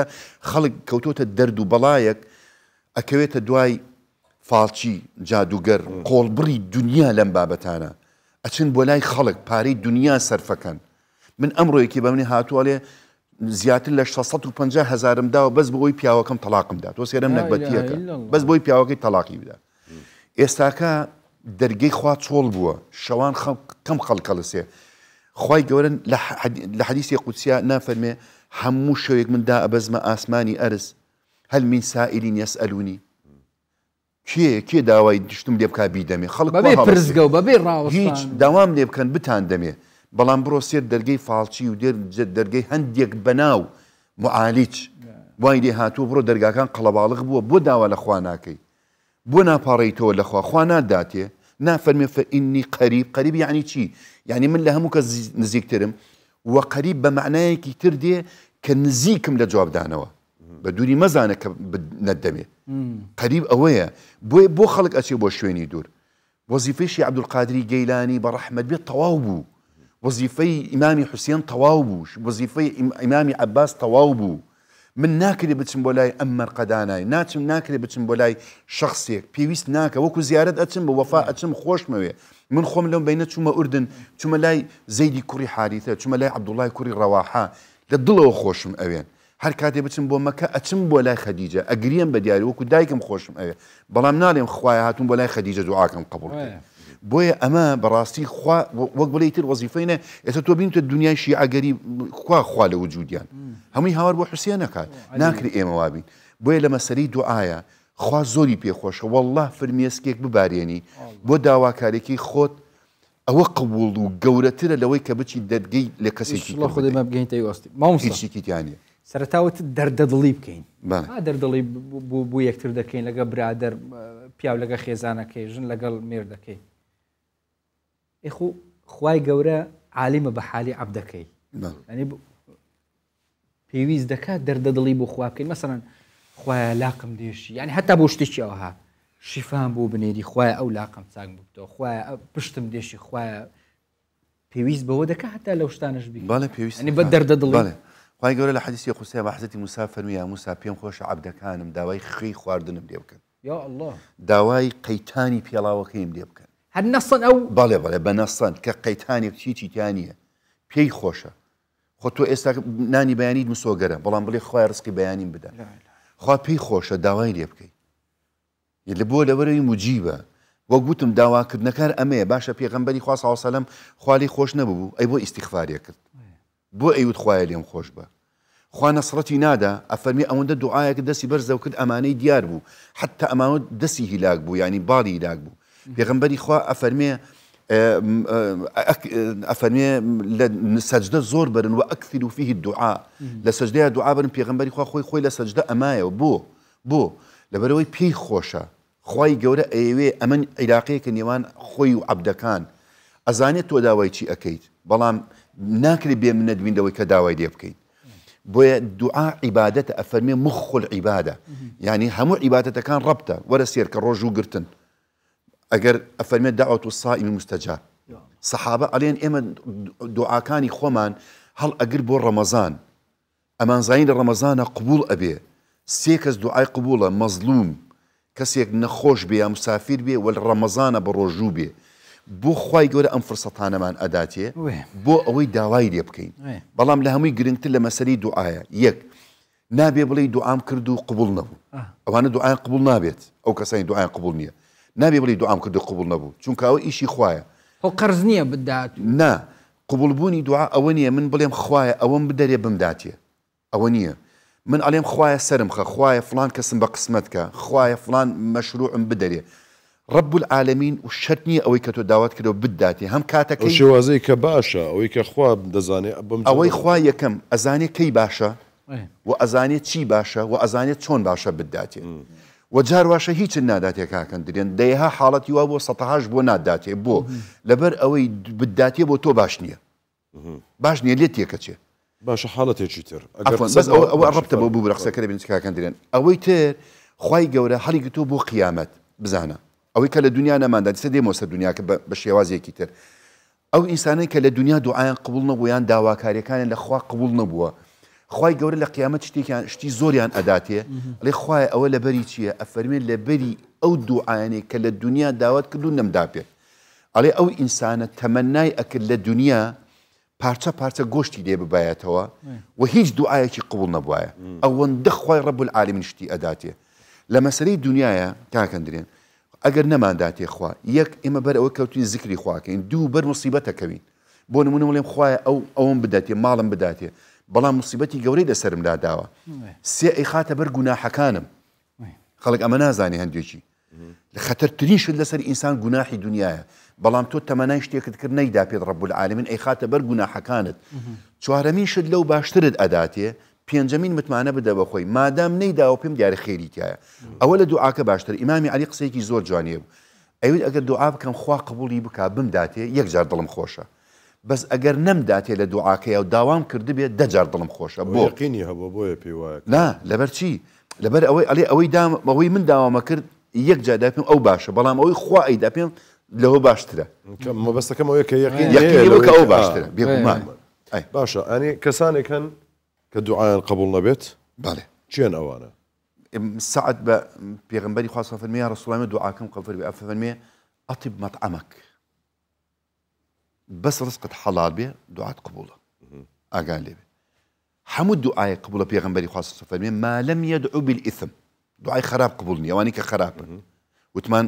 حرام کە بەداخەوە ئەمڕۆ حرام تێکەڵاوی هەموو ڕزقێکمان بووە ئەمەیان زۆر خەتەرە حرام بە معنى کە يعني مەلبەسی حرام چونکە تۆ حەدیثەکەی کە باسی حەجە ئەفەرمێ رجل أشعث أخبر يعني يمد يده في السماء پیاوێکی تۆزاوی پێپەتی ماندوو هیلاک لە کێوی عەرەفە هاوارەکە دەستی بەرزەوە کردووە فأنى يستجاب له دوعاکەی قبول ناکرێ چووە بۆ عەرەفە ماڵی بەجێ هێشتووە لە حەج و عەرەفەیە کە هەموو دوعای قبوڵە بێ بۆ فەرمێ مەلبەسوه حرام مەئکەلوه حرام بە حرام گەورە بووە جل و بەرگ و نان و هەموو شتی حرامە جلی ئافرەتانمان حەڵاڵن ڕزق و کاسبیەکانمان حەڵاڵن دوعاکانمان ئەمە هەمووی مشکلی تایە بەڕاستی دووەمین شت ئەفەرمێ هەموو دوعای قبوڵە ئیلا ئەو دوعایە نەبێ کە بڵێ دوعام کرد و قبول نەبوو ئەویان زۆر مهمە قەت نابێ بڵێ دوعام کرد و قبول من لە ژیان نەموتەوە دوعام قبول بکە و خلاص نەموتەوە قبول ئیلا قبوڵە ئیلا ئەی خاتە بەر شتێک ڕەب العالمین چونکە لەخوا ناوەشێتەوە لەخوا ناوەشێتەوە بە تۆ بڵێ دوعا بکە إني قريب أجيب طاب ما أفرميت جواب تدمو معناه وعدي خوي بات السر ما مست سعر شي دو سر بكم يكك مثلا غدري لك راوة دبرو فرانا كس يا ربي خير لخود نبيني يا ربي بسري مالو من نالط بي يا ربي بسري خود بي نازانم هاد نوع عقبي هاد دعاء خرابي لدك لقال أوج داكو بابيج مثلا دبرو كرم يا ربي إواري نقريه ومالي زاري أوانت زايزن وأوانا قبول دكري جاك قبول بكره خويا نفر ما نسال مرزنا ما ابو امين قربوا خويا عبد كان باشا ناسي ام بدايه ام تيبو باس دلك وينيا دعاء ضل واكري ضل ازاري في بقى او ضل دعاء بك خوا درجيلي اكاتو يعني بيني مظلوم وبيني مغدور پرديك نيه الا قبول دعاكي اتقوا دعوه المظلوم پیغمبري خاص صلى فرمي اتقوا دعوة المظلوم خوتان بپارێزن لە دوعاکردنی مەظلوم و ستەملێ کراو هەر کەس والله حیوانێک جارێ خۆ حیوان زمانی نییە والله نەفەرم بینی و بەبیرم دێ خوا ئەزانێ بۆقێکرد بۆق ئەو بە مناڵیش گەنج بوو کە دەری ئەکرد بەبەر دەیخستە سەر پەنجەکانی بەبەر لێ ئەدا ئەیخستە ناو ئاوە با بەشە ئەو زمانی نییە کار من باسی ساڵی 1970 دەکەم ئەو گەنجە گیرا تامان پێم ناخۆش بار حەڵە سەر شتێک بوو باوەڕ کە من خۆم چوومە سەر جەنازە یەک دینۆکی بەدەستەوێ نەماوە پێیەکانشی بە چاوی خۆم بینی حیوانێک خوا لەسەری دێتە جواب مستەحیلە ئەوە دوعای مەظلوم بەڵام زۆر جار مەظلومەکە درەنگ ئینتیقام لە زاڵمەکە ئەبینێ خوای گەورە هەڵی گرتۆ بۆ ئەو کاتێک کە خۆیەوە ئینتیقامی لێ بکات بەڵام ئەو دوعایانەی ترکا شیوان مەسەلەی ئەوەی کە دایک و باوک ڕاستە مەسەلەن دوعایان قبوڵە شکیتیان نییە هیچ شکیتیان نییە لەسەر منداڵەکانیان بەڵام ئەگەر لە خراپەی خۆی بێ من باوکم مشکلەم هیچ مشکلەی نییە کوڕەکەم بچم دوعای خراپی لێ بکەم قبول نییە بەس ئەگەر مناڵەکەم دڵی منی شکاند بێت دوعای خراپی لێ بکەم گیرای هیچ مەجاریتیان نەکەن دڵی دایک و باوکم ئەرە وەڵڵا هیچ مەجاریتیان نییە باشە مامۆستا بابەتێکی دیکە مەسەلەن زۆر کەسی وا هەیە با بڵێن ئیسلام نییە لە دەرەوەی ئیسلامە یاخود مسلمانشە بەڵام ئیلتیزاماتی ئەوە نییە کە لە ئیسلامدا ینی دەڵێ دوعاش دەکەم داواش لە خوا دەکەم و دوعا بەس دوعای ئەو کەسانە قبوڵە کە مسلمانن یاخود غیرە مسلمانەکانیش ئەو ئرتیباتە هەیە لە بینی خۆی و خۆیان و داوای لێ دەکەن چۆن نییە ئەمە ینی تۆزێک فراوانتر لەسەر خۆی کاکەندرین ئێمە ینی خی گەورە وەکو دوو شت مامەڵەمان لەگەڵەکە بەڵێ یەک وەکو ئیماندارێکی مسلمان کە ملزەمین بە پابندین بە دینێەوە چونکە فەرمێ فەلیەستەجیبوا لی وەلیؤمنوا بی ئەبێ ئیستیجابەی خوامان کردێ جوابی خوامان دابێتەوە خی گەورە جوابی دوعاکانمان ئەداتەوە ئەوە بەشە ئیمانداریەکەی بەڵام بەشە ئینسانیەکانی تر کەسێک بەقەت ئەوەندە خوا ئەناسێ هەر ئەوەندە ناسیوێتی باوکو دایکی فێریان کردو لە ناو دینێکا گەورە بووە خی گەورە سیری دڵەکەی ئەکات ڕاستە عیبادەتی نەکردووە بەڵام مەزلوم بێ بەڵام مەغدور بێ بەڵام ماڵی خورا بێ دێتە جواب لەسەر هەر کە عیراقی بۆەوە نییە خوا لە سیفەتی عەدالەتی خۆی ناکەوێ یارمەتی مسلمانێک بدە و یارمەتی کافرێک نەدا کافر بە مەعنا مەزلومیەکەی ئەڵێم يعني ئاگا لێبێ بەڵێ مەسەرەن تۆ کەسێک من مسلمانم پارە لە کافرێکە دزم لە مەسیحیەکە دزم يعني ئەوە هاوارەکە بۆ خواخوا چۆن نایەتە جواب لەسەری بەڵێ عیناقی بۆ نییە بەڵام بۆ بابەتی تر مەسەری قیامەتێکە ئەوە شتێکی ترە خوا خۆی ئەحکەم الحاکمینە لە نێوان ئەوانەی کە چۆن عیبادەتی خۆیان کردووە بەڵام واضح ئەو مەسەری عەقیدە و بیر و باوەڕی ئێمەیە غیرە مسلمان غیر عیبادەتی تری لێ قبول نییە بە پێویستی خوا نایکە بەڵام مەسەلەی دوعا پاڕانەوە شتێکی ترە حاجیان یەکێک ئەوها دوعا دەکە یەکێک ئەوها دوعا دەکە یەکێک ئەوها یەکێک ئەوها یەکێک حکمت لە دەست بەرزکردن و حکمەتە چتیدا یان پێغەمبەر صلی الله علیه و سلم گوتوێتی مەسەلەن بەو نەوعە دەستان بەرزکەنەوە یان حکمەتی تێدا چیە لەو زین چۆن ئێستا تۆ کەسێک بوەستێ ئەوها دەست بکاتە گیرفانی بڵێ 10,000 دیارم دەرێ تەشبیه نەبێ ئەوە لە کێوە کەسێک ئەها بە زەلیلی تخوا 10,000 دینارم دەرێت دەستپانکردنەوە نیشانی زەلیلیە نیشانی زەعیفیە شکاندنی تەکەبورە بۆیە پێغەمبەرانەوەیان کردو لە دوو شوێنە ئەو دوو حاڵەتا کرد یەک دەست بەرزکردنەوە ئەفەرمێ لە مەسەلەی دوعایە فەئەکثروا فیه الدعاء لە مەسەلەی سجودە عەفوەن سەجدەیە هەردووکی زەلیلیە دەستپانکردنەوە و دەست بەرزکردنەوە زەلیلیە یعنی ئەمە زەلیلی تەنها بۆ خوا بۆ خۆی ئەوەی پێخۆشە لە کاتێکدا بۆ خەڵکی دیکەی ئەمە بە گوناح بۆ خوا عیزەتە ئینسان زەلیل بێت بەڵام بۆ ئینسان خۆی زەلیل کا زیلەتە هەر کاتێک تۆ بەرامبەر خوا خۆت بچووکەی گەورەی خۆت بە فەقیر بزانی دەوڵەمەندی چەندێک خۆت بچووکەیتەوە لای ڕەب العالەمین تۆ ئەوەندە لای خوا عەزیز و خۆشەویستی بۆیە لە مەسەلەی دوعایە ئەمەنە ئەبێ ملکەجبی ئەمەنە ئەبێ گریانی لەگەڵ بێ یعنی تا چۆن ئەڵێ خوای گەورە کاتە عەرشی خۆی تەنانەت مەلائیکەتەکان ئاگا لێبێت مە شتێکی ترمایە لە مەسەلەی دوعایە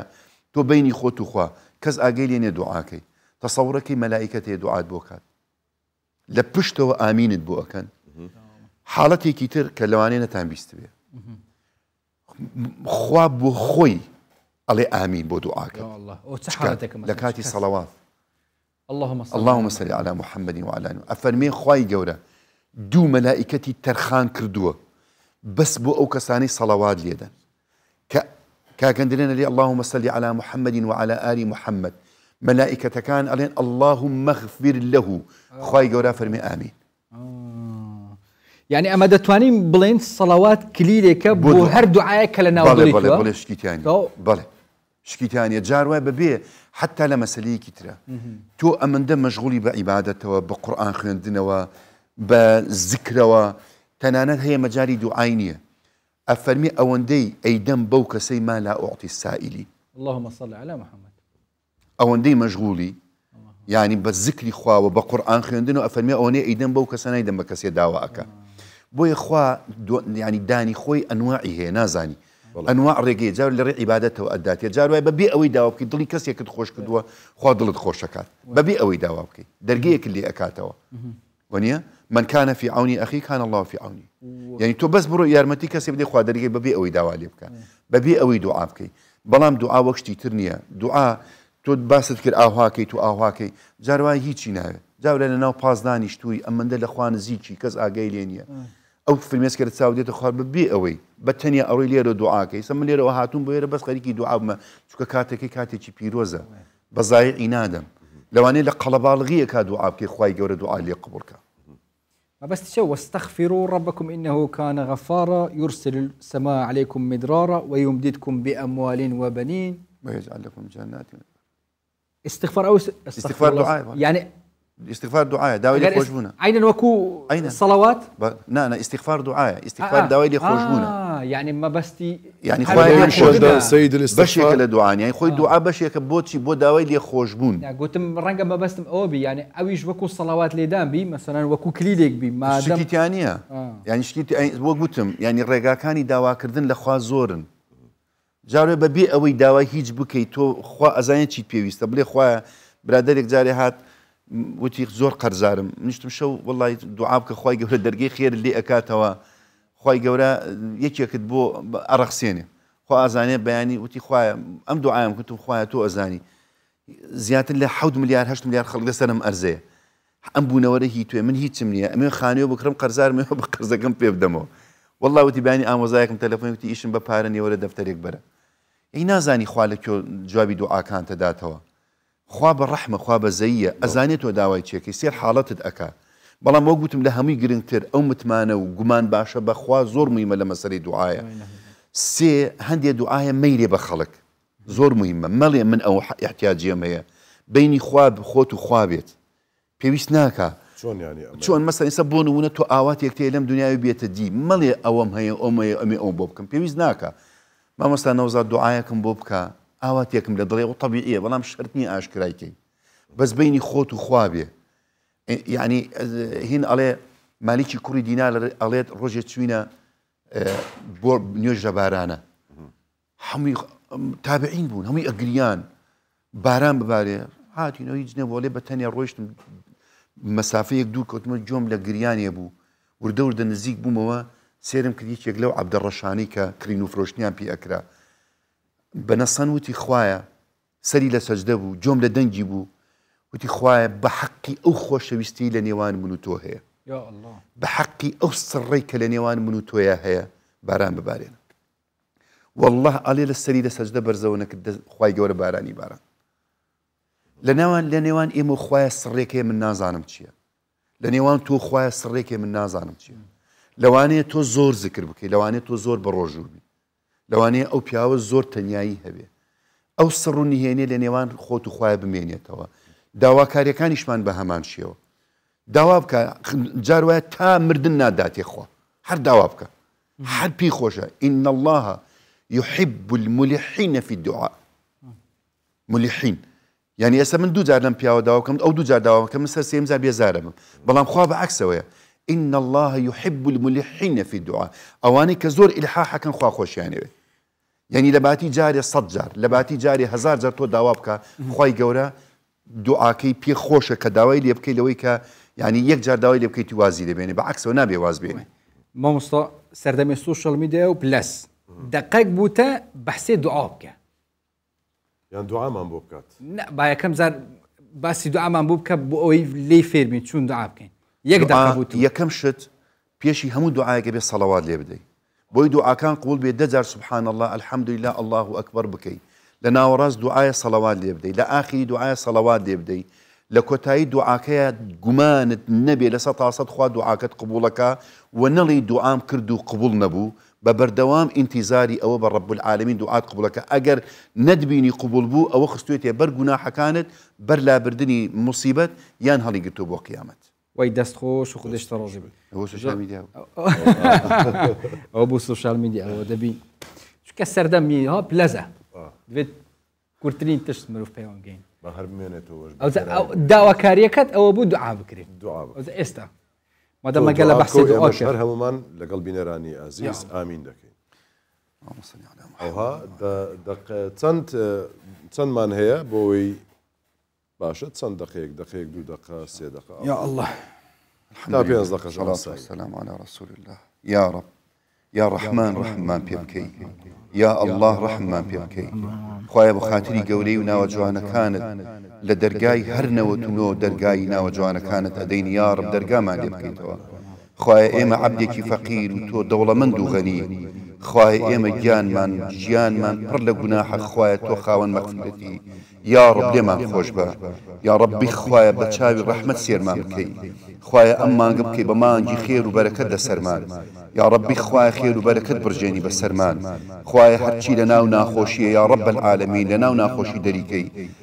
هەر کەسێک دڵی توندە یا ڕەب دڵی خۆشکەی خوایە ژەنگ و ژاری دڵمان پاکەوە بکەی یا ڕەبی خوایە گیان لەسەر تۆبەکردن بەردەواممان کەی لەسەر عیبادەتی خۆت بەردەواممان کەی خوایە ئەو دەستانی بۆ تۆ لای تۆ بەرزبوونەتەوە یا ڕەب کە خۆت ئەفەرمی شەرم ئەکەم دەستێک بۆ لای من بەرز بێتەوە بە خاڵی بیجێڕنمەوە یا ڕەبی خوایە دەستمان بە خاڵی نەجێڕێنیتەوە خوایە ئەگەر ئێمە لەو ئاستەنین دوعامان قبول کەی بەڵام ڕەحمی تۆ لەو ئاستەیە یا ڕەب دوعاکانمان گیرا بکەی خوایە بە چاوی بەزەیی خۆت سێرمان بکەی ڕەحم بە فەقیری و زەلیلیمان بکەی ڕەحم بە محتیاجیمان بکەی یا ڕەبی خوایە هەر کەسێ نەخۆشە شیفای بۆ بنێری هەر ماڵێک مشکلەی هەیە یا ڕەب العالەمین مشکلەیتیان نەهێری هەر کەسێ قەرزارە قەرزەکەی لەسەر لابەری خوایە خێر و بەرەکەتی خۆت برژێنی بەسەر دڵمان بەسەر ماڵمان بەسەر خاک و نیشتیمان و وڵاتمان یا ڕەب العالەمین یا ڕەبی خوایە هەر کەسێک بە دەردێکەوە بە خەمێکەوە بە خەفەتێکەوە ئەناڵێنێ خوایە قوتاری کەیت و دەری بێنی خوایە ئیمانمان سەلامەت کەی دینمان سەلامەت کەی ماڵ و مناڵمان سەلامەت کەی خوایە لە گوناحی دایک و باوکمان خۆشبی یا ڕەبی خوایە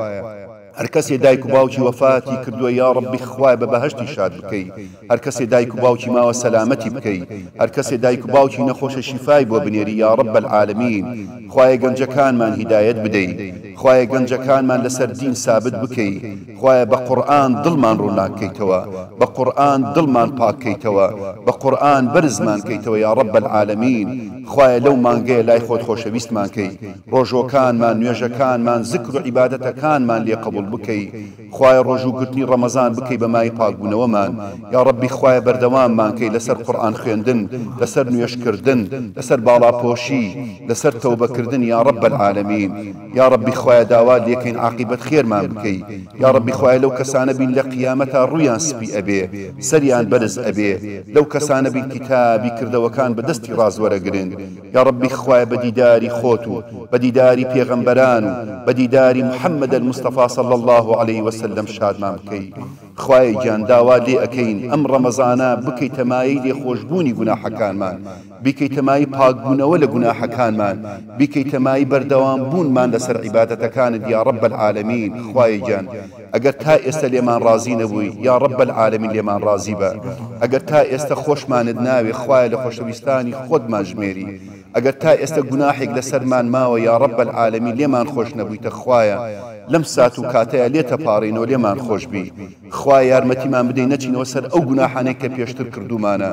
خوایە بمان بورە لەو هەڵە و تاوانانەی کە کردومانە یا ڕەبی خوایە پێشی مردن تۆ بمان پێ ببەخشی بە پاکی بە جوانی بە سەری بەرز و بە ڕووی سپی بگەڕینەوە بۆ لاد یا ڕەب العالەمین خوای گیان لە بەهەشتەکەت لە فیردەوسی عەلا لەو ڕەیانەی کە بۆ بە ڕۆژوانت داناوە خوایە کۆمان کەیتەوە یا ڕەبی خوایە خۆمان و ماڵ و مناڵ و کەس و کار و خۆشەویستان و باوکو دایکانمان لە بەهەشتەکەی خۆتا کۆ بکەیتەوە و ئەم ڕەمەزانە بکەی بە خێر و بەرەکەت بۆ هەموو لامان ئامین ئامین والحەمد لله رب العالمین وی خودش ترازی بیت اشتلام گله خوشحال بین ما مصطفی شب گرم دابی پاشی و اکید گرم دابی و انشالله خدا خیره بنویس سلامت دنیا گرم خیراتی و جا وان دعایت خوش من دی نبی ما مصطفی ولو عودك انشالله دی شب بیجی و جا مادام اب دعایت خوش کردن و جا هنجی تشتکی خوش پیشکش کن دنگ ما مصطفی وزارت سما پیشکشی کاک وزارت سما مصطفی الله زهر اگر دعایکی كاك حازي قصيدة شي بانك دكم الله يا الله يلا بانجي الله يبكين إن شاء الله يا الله هل هاوري خدا يبكين فرموا يا الله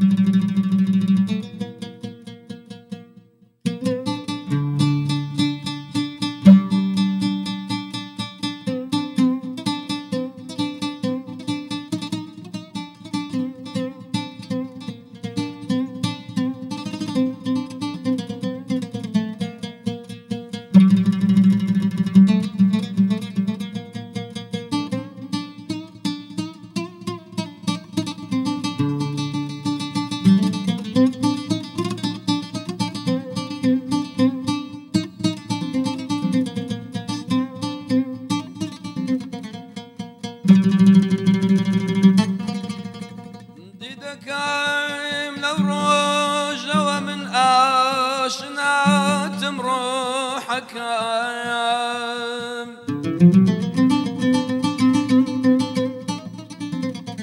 ديدكم لو روج ومن آشنا تمروحك آشنا يجب جانب في ذاتي روحك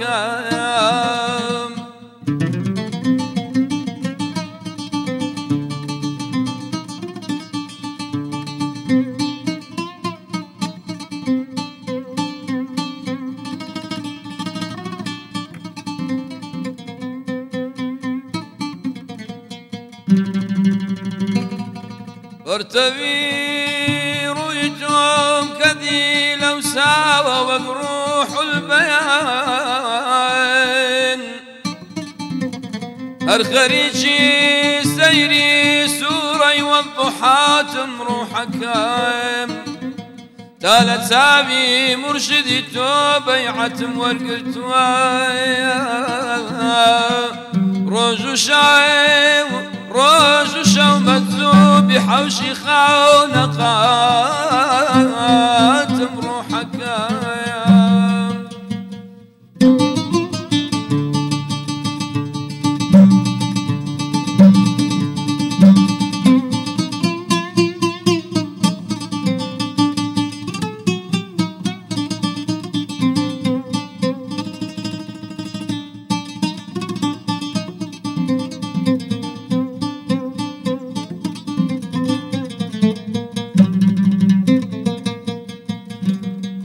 من بقوتي وصلي اوارا سبيني تواجيم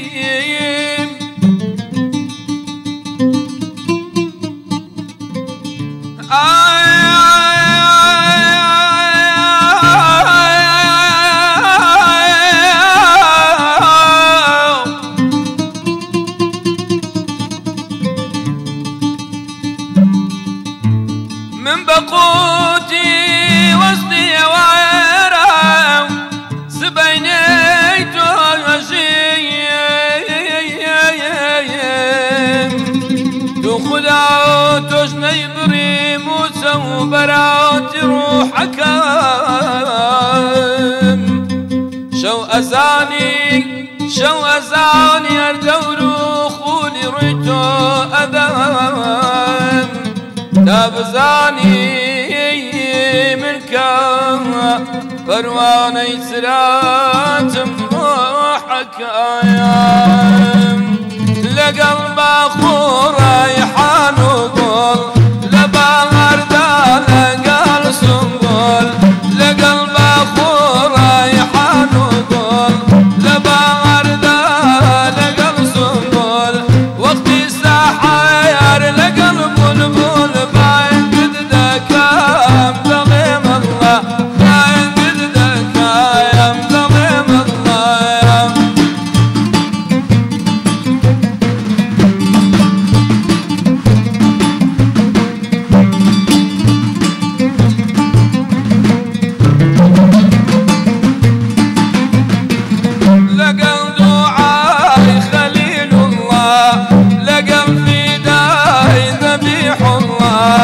لقل دعاي خليل الله لقل فداي ذبيح الله لقل أحمد حبيب الله باقد ذاك مظلم الله باقد ذاك مظلم الله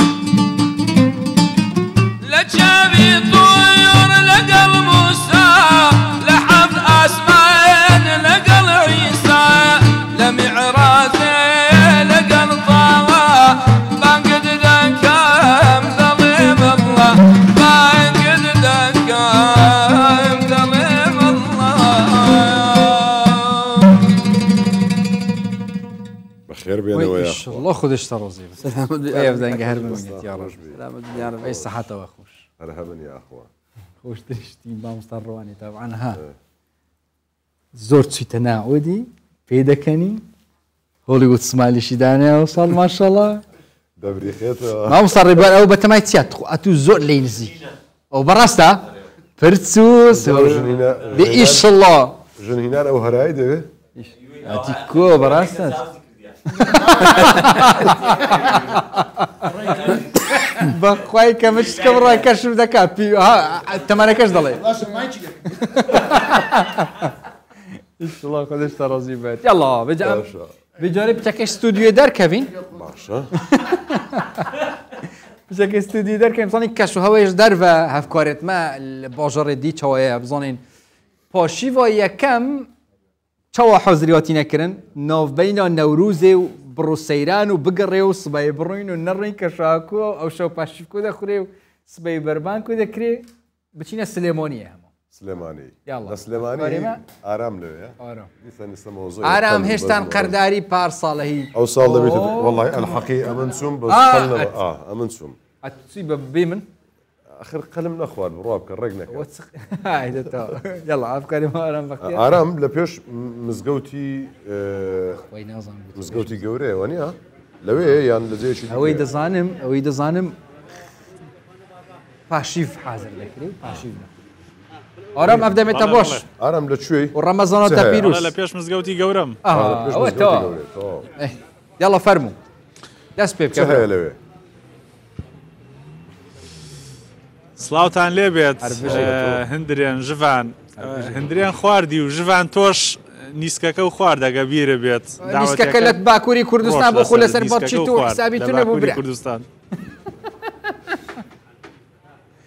لەناو بوومە لەرزە بووین ئەیتر لەو کاتەوە زۆر گرنگ بوو تامی قەلێکیەیە لە کاتی بوومە لەرزە ئەو نیسکەمان دەستکەوت تامی قەلێکیەیە جا ئەم پارشێوە جیاوازە لە ساڵانی ڕابردوو بەشێک لە هاوڵاتیان ئەمڕۆ لە سەیران بوون کەشەکە دوانیوەڕۆ خۆشی کرد تۆزە لە سلێمانی بەشێک زۆر لە هاوڵاتیان چوونە سەیرانی تر دوا سەیران بوو چکە ئەم هەینیە خەڵک بەتەما بوو بچیە بەڵامی تر ڕەمەزانە ئەو بە دڵنیایەوە ناچن من لە پێش مزگەوتی گەورەم ئەم شوێنە وای لە هاتووە کە ساڵانە لە کاتی پارشێوکردن هاوڵاتیان شکیان دێن لێرە پارشێوەکەن ئەگە هەردی دیمەنەکان بگوازێتەوە ئەنی لەسەرەوە تا خوارەوە پێش مزگەوتی گەورە هەمووی عارەبانەیە خواردنە فرۆشن ئەوە تا دووکەڵ بەرز بووەتەوە لێرە بەشێکی زۆر لە هاوڵاتیان لە کاتی پاشێوکردن دێن بۆ ئێرە نۆکاوی سلێمانیە خۆن و لەفا خۆن کەبابە خۆن قاورما خۆن میوەشدانراوە لەوێ میوەشە خۆن دەمەوێت قسە لەگەڵ وەستان ڕەحمان بکەم کە ساڵانێکە لێرەیە بزانین ئەو چیەڵێ لەسەر پاشێوکردن لە دەرەوە وەستا ڕەحمان سڵاو لێبێت سڵاوی خوا لە تۆ بەخێر بێن سەرچاو وەستا ڕەحمان ساڵانێکی زۆرە لە پێش مزگەوتی گەورە کارەکەن بە تایبەتی پاشێوکردنمان بۆ باس بکەن هاوڵاتیان دێن چییە خۆن بۆی برسیان نەبێت ئەنی ئەم کەباب و گۆشت و دووگ و جگەرە بخۆن توانیان نابێت برسیان نابێت تا ئێوارە پێشەکی بە خێراتنی ئێوەشەکەین و بە خێراتنی مانگی ڕەمەزانی پیرۆز لە هەموو مسڵمانانی جیهان و کوردستانی شەکەین بەخێر بێن یاخوا پارشێوان ئیتر عادەتەن خەڵقێتە دەروانێ بۆ کەباب خواردن و جگەر خواردن و ئێمەش هەتا کاتی بانگی بەیانی لێرەین لە بانگی ئێوارە و تا بانگی بەیانی بۆ بەربانگیش هەر لێرە چی زیاترە خۆن وەستا ڕەحمان وەڵی بە زۆری جگەر و کەباب و ورچی لە و سنگی مریشک و هەموو شتێکە خۆ ئەمڕۆ خەڵک بۆ دەرەوە هەستەکەم کەمتر ئەمڕۆ جگەر و گۆشت و گورچی لاخۆن لەبەر لە دەرە خواردیان وەڵی ئەمڕۆ هەر ئەمڕۆیان بەدەستەوە مابوو لەبەرەوەی هەمووی چووە دەشت و سەیران و گەشت و لەبەرەوەی ڕەمەزان لە پێشە بەیانی وانە ناتوانم بچنە دەرەوە ئیتر ئەمڕۆ وردە وردە خەڵک بەرەو پاشێوە یەتە دەرەوە کەی زیاتر قەرەباڵە خەبێ ئێرە مزگەوتی بەانی پێش مزگەوتی گەورە لە دەوروبەری بانگە زۆر سوپاس وەستا ڕەحمان کە لەگەڵمان بووی با هەندێک لەم دیمەنانەش بگوازینەوە لێرە دیمەنی عەرەبانەکانی پێش مزگەوتی گەورەیە لێرە خواردنە فرۆشن هاوڵاتیانەوە بەشێکیش لە گەشتیارانم بینی ئێستا بە تایبەتی لە پارێزگاکانی ناوڕاست و باشووری عێراق حاضربوون لێرە پارشێوانە کرد بەشێکیان لێرە لە سلێمانی مابوونەوە و ئەمڕۆ ینی ئەم شەو یەکەم پارشێوکردنە جا ئیتر دوای ئەو هەموو مناجات و دوعاکردنە و ئەوە لە ستۆدیۆ ئیتر کاتی خواردنە ئێستا هەر تژی لوێرێ سەد هەر دوسێ تشتێکە خۆی سەحەت و ئافیەت بێت بۆ تەژی و سەحەت و ئافیەت بێت بۆنۆژی ئەوێت کولوێری پۆشیوێت کرد تەندروستی خۆت نەبێت بەس بەڕاستی ئەو خواردنانە خۆشوو بەتان ئینسان ڕەمەزان هاتووە یعنی بۆ ئەوانەی کە ئاگایان لە سەحەتی خۆیان نابن ینی خواردن ئارام هەروێری ئارام برۆ گەلێک سپاس ئاران خودش ڕاستی بێت ئەمەی لە خواردنی بە بادو نەبی ئارام ئیدی زیاتر ئاگاد لە خۆت بێت لە خواردن تۆ بە ڕۆژویت و دواتر ئەمە هەموو ساڵ هەیە هەموو ڕەمەزانان کۆمەڵێک خەڵک ینی ئەوە ناگرنە بەر با بڵێن کە چەندە ئاگایان لە خۆیان بێت و لەو خواردنانی کە دەیخۆن و بە تایبەتی پاشێوان بۆ قسەکردن لەسەر ئەم بابەتانە ئێمە هەنی کەسانی پسپۆر کەسانی گوت نەکە دیسە پرسیۆرەش مەپی چ بخۆین چ نابەت و ناڵێمەوە تۆ دکتۆر لێرەیە ئەنزان دکتۆر لێرە خێراتنی بەڕێز دکتۆر عومەر سورچی بەخێر ناو بەخێر بێ دکتۆر زۆر زۆر سپاس ڕەمەزانەوە پێشچی پیرۆزبایی خۆم لە مسلمانانی جیهان و کوردستان بە تایبەتی دەکەم هیوادارم ئەو ڕەمەزانە ئینشاءڵڵا بە تەندروستێکی باش بەڕێ بکەین بە خۆشی و بە سەلامەتی ئینشاءڵڵا لە بۆ هەمولایەک تەندروستیەکە باش ئەم پڕێکین بەسگەلە جۆرەڤژە ئەم هینە خەلەتیە کەبینە ناو خەلەتیە و بهنافسیە مهمترین شت پێش ئەوەی دەست بە خواردن بکەین لە مانجی ڕەمەزانی پیرۆز لە ئەوەی تەندروستمان باش بین چون خۆمان کۆنتترۆلکەین لە بەرامبەر خواردنە خۆشەکان ئەوە مهمە مشکلە گەورەکە ئەوەیە چون خۆمان کۆنتترۆڵی ئەمن پرسیارێکم لە مێشە کەس نییە ئەو جوابم داتەوە لەبەرچی خواردنی خۆش خراپە خواردنی ناخۆش ئەنی باشە لەبەرتی شتە خۆشەکان زۆر خراپن بەڕاستی دوو سوالی زۆر بهم بوو یەکیان کو نەفسمان ڕاگری لۆ خۆش خراپە بەڕاستی ئەمە لە ڕۆشنبیری خواردن چۆنەتی خواردن ڕەنگ ئەوەمان کەم بیتن یعنی خدای تەعالا مرۆڤی دروست کردیە ئایا بەس لە بۆ خواردنێ نەخێر ونێ لە بۆ عیبادەتەکەی ئەمە بەداخەوە لە کوردستان ینی کە بە ڕەمەزان دادێ هەموو فکرمان دەستە سەر خواردن و چی بخۆین و چی ئامادە بکەین و وەرلەکە سوودەکەی لێ نەبینین بەڵام ئێمە خواردن با پرسیارێک لە خۆمان بکەین بۆچی خواردن دەخۆین هەر لە بۆی حەزمان لێ نەفسمان دەستێ نەخێر لەوەی پێ بژین وانە بەڵام بۆ دەژین بۆ ئەوەی ئیش بکەین داهێنان بکەین بەرەو پێش بچین نەک بژین لە بۆ ئەوی بخۆین جا ئەو قسەی مامۆستاندرێن لۆ خواردنی خۆش خراپە ڕەنگە ئەو قسەیە ناو خەڵک زۆر باوە بەڵام خۆی لە ناحی علمیەکەی نەخێر خراپ نییە ئەگەر ئەمە چی بکەین هاوسەنجی تێدا بکەین یعنی لە قانونی طبی ئەگەر طبعاً وەکو سیارەگە بەنزین تێنەکە ئیش ناکە مرۆڤش ئەگەر وزەی وەرنەگریتن ئیش ناکە تااقەتن نابی من ناتوانم بێ مێرە قسە بکەم ئێوە ناتوانیشی خۆتان بکەن دەبی وزەیە وەرگین ئەو وزەی ینی بەنزینی مرۆڤش چییە سەرچاوەکانی خواردن سێشتە کە بۆی کە معروفە کاربۆهیدرێت یعنی ئەوەی کە نانە برنجە ئەوە کاربۆدرێتە دووەم پرۆتین ینی کە گۆشتە هێلکەیە ماسیە مریشکە سێمیش چەوریەکانە اینجا ئەمە دەبی ئەوانە چینە سەرچاوی وزەنە لەش پێویستی بە هەمیان هەیە معنەوە نیەوە خراپە ئەمە بەڵام پێویستە ئەمە چی بکەین تەحدیدی بکەین حدودەکی لە بۆ دانین یعنی ئەمە پێویستمان بۆ نمونە ئەمە ئێستا لە یاسای پزیشکیانە حسابی لە دەکرێتن هەمووی بە کالۆری و بە کیلۆکالۆری حساب دەکرێت چەند وزە وەگرین چەندی سەر بکەین چەندمان پێویستە بەڵام ئەوە ڕەنگە ئەو ڕۆشنبیریە بزر بیتن لەکنەمە ئەمە هەر بخۆین هەدەفەکە قەت تاو نابیتن بەڵام بەدەبی فکرکەینەوە کە خواردن زۆر بوو دەبتە ژەهر یعنی لە سوودەکەی دەبتە زیان ئەوە گرنگ ئەمە بۆ بزانین ئێستا لەو عەسرێک ئەمە تێ دەژین باوەڕ بکە هەموو نەخۆشیەکانی ئەو سەردەمە لە بوونی خواردن نەک لە نەبوونی خواردنە لە زێدەڕەوی کردنەکەی نەک لە کەمیەکەیتی لە هەبوون و لە زیاتر لە هەبوونەکەیتی تۆ دکتۆری ینی پێت وایە ئەو نەخۆشیانی کە لەو سەردەمە هەیە هۆکارەکە خواردنە بەڵێ هەموو ئەحسایەتەکانی نەخۆشیە درێژخایەنەکان بخوێنەوە شەکرە نەخۆشی دڵ ڕێژەی چەوری شێرپەنجە ینی ڕەنگە خەڵک لێ بترسێتر هەر ئەو ڕۆژە محازڕەکەم هەبوو لەسەر شەکرە پاش چەند ساڵش کە دەرێت لە دووەلی فەقیرەکان وەکو ئەفریقیا وەکو ڕۆژهەڵاتی ناوەڕاست لە 185 نەخۆشی شەکرە زیاد دەکاتن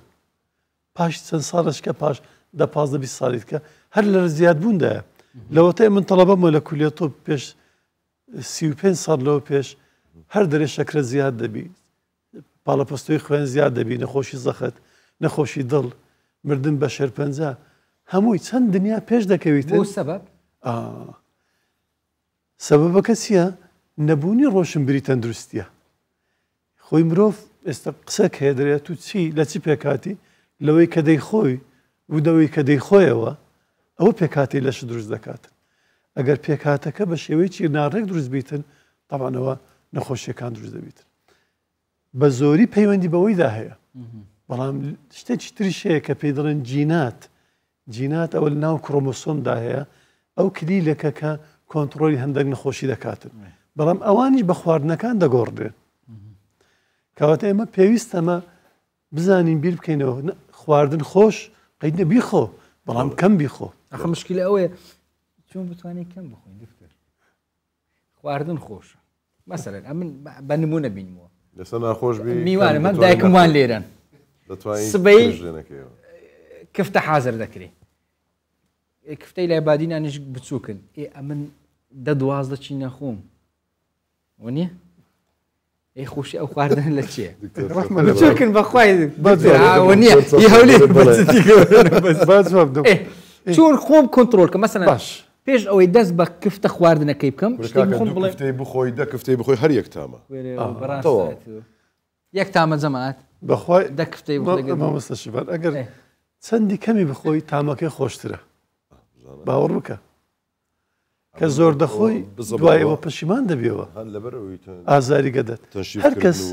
باوەڕ بکە قیاسی خۆ دەزانێت و چەند بخۆی چەند نەخۆی ئێمە لە کوردستان بەڕاستی دووشت یەکەمیان ینی ئێستا کە بە ڕۆژی خەیدنیەوە برسیتە یەکەمیان ئەوەیە کە ڕۆژانی کە غەیری ڕەمەزان هێشتا زۆرمان برسینیە دەچین دەخۆین و دەشخۆین کە تێریش بووینە ڕناوەستی هەندێک کە زیاتر دەخۆین یعنی ئەمە پێچەوانەی علمیشمان کرد پێچەوانەی شەرعیشمان کرد ئەمە دەبیکەین برسی بووین ئەوجە بچین بخۆین کە خواردیشمان هێشتا تامەکەی ئەوەندە خۆشە لە دەممان کە کەم بیتن دەست بچێشینەوە نەخۆین هێشتا دوو پارماوی تێربین هەستی لە سفرەکە ئەگە ئەوەی تەطبیق بکەین باوەڕکە ئەمە هەر بێ ئیش دەمێنین هیچ دکتۆرەکان دەبی عیادەی قەپاتکەین وەکو ئێمەکەشی بە باتنیە دەست پێ دەکەم دکتۆرە بەخۆیەوە دەڵێ من ئیشەڵڵا بە تەمامە سبەی بەس 5 کفتەی ئاسانە بەس هەر بقراری بیدایەتی زەحمەت و تو دوای ڕادەی دکتۆر لەو ڕەمەزانە ینی بە تایبەتی ڕەمەزان ئەچە بکرێت خواردنەکان چۆن بخورێن ینی چی نەخورێت باشە بۆ ئەوی تەندروستێکی باشمان هەبێت بتوانین دوای ئەوەی کە فتار دەکەینەوە ڕۆژ و دەشتێنین بە تایبەت بۆ ڕۆژوانان ینی بۆی تا درنگانی شەو هەیە عیبادەت دەکە هەیە دەوێت بگەڕێت بسوڕێت هەر جۆرێک بۆی توانایەکی باشی هەبێت چ بکات چ بخوا بەڵێ پێویستە بەو شەوەی خوارەوە بیسن یەکەمین جار کە بانجیدا بەربانگ بۆ بشتێنین کە وزەیەک وەرگین زوو تااقەتمان بێتەوە بەرێ ئەوش باشتریشت خورمایە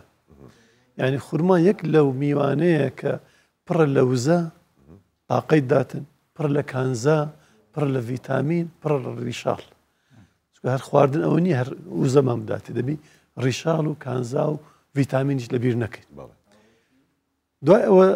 سێدەن کە خورمامان خوارد بەرداغک یان دوو بەرداغ ئاو بخۆینەوە بە جۆرەی پێویستی کە گەدەت هەست چەند تێنووی دوای ئەوە کە نوێژی مەغریبت کرد جا ئامادە بوو خواردنەکە بچێت سەر سفرەکە دەست پێ بکەی بە خواردنەکە ئەوەی بخۆی کە کەم بیتن و لەش پێویستی پێ بیتن بریتە لە گوتمان هەمە چەشم بیتن پێ ڤەڕایەتی بە ناحی توبیەکەی نەک یەکشت بخۆین بۆ نمونە یەک قاب برنجی گەورە بخۆین بەڵام سەوز و میوەی لەگەڵدا نەبیتن ئاوی لەگەڵدا نەبیتن چونکە ئەو برنجە کاربۆهیدرێتە چی ڕوتە تەنها هەروەکو باسمان کردمە پێویستمان بە کانزا هەیە بە ڤیتامین هەیە بە ڕیشاڵ هەیە بە ئاو هەیە بۆ ئەوی لەش زندە چاڵەچەکانی خۆی جێبەجێ بکاتن ئەگەر ئەمە ئەوانەمان تەطبیق کرد وە خواردنەکە گەیشت ئەو حەدە هەستمان کرد برسێتیمان شکا نەک هەست بکەین کە تێر بووینە هەستین لەسەر سفرەکەی فەرقی هەیە کە برسێتیت شکا هەست دەکەی گەدەت شتێکی هاتە نایە تەوزە تایە نابێ ئەمە هەست بۆ شاتێکی هەر پەرتەی بکەین و هەر پڕ بکەین دوای ئەوە کە خواردنەکە لێ بووینەوە ئەو هەست بە ئازارەکانی بکەین بە ناڕەحەتەکانی بکەین و خواردنەکان چی خۆشە حەز لێ بیخۆ بەڵام بە شێوەی کەم بیتن و هەر ڕۆژە گۆڕانکاری تێدا بکرێتن خدای تەعالا هەر خواردنەی دروست کردی بێ حکمت نییە هەر یەکە و دەرمانێکی تێدایە لە بۆ مرۆڤەکان کەواتە ناتوانین بڵێن خواردنێک خراپە هیچ خواردنە خواردنی مادەم خواردن بی بە شەرعەن حەلال بیتن بیخۆ بەڵام بە شێوەیەکی کەم یعنی ئێمە دەبی وا بخۆین خواردن دەرمانمان بیتن نەخوا نەخواستە ڕۆژێک وەی لێ دەبێ لە باتی خواردن بەس حەبوو دەرزمان بخۆین ببتە پیشەمان لەبەر ئەوەی خۆمان ئاگامان لێ نەبوو لە کاتی کە ئاسایی کە سەحەتمان باش بوو ئاگامان لە خۆ نەبوو هەروەکو باسمان کرد نەخۆشیەکانی سەردەم ئێستا هەمووی پەیوەندی بە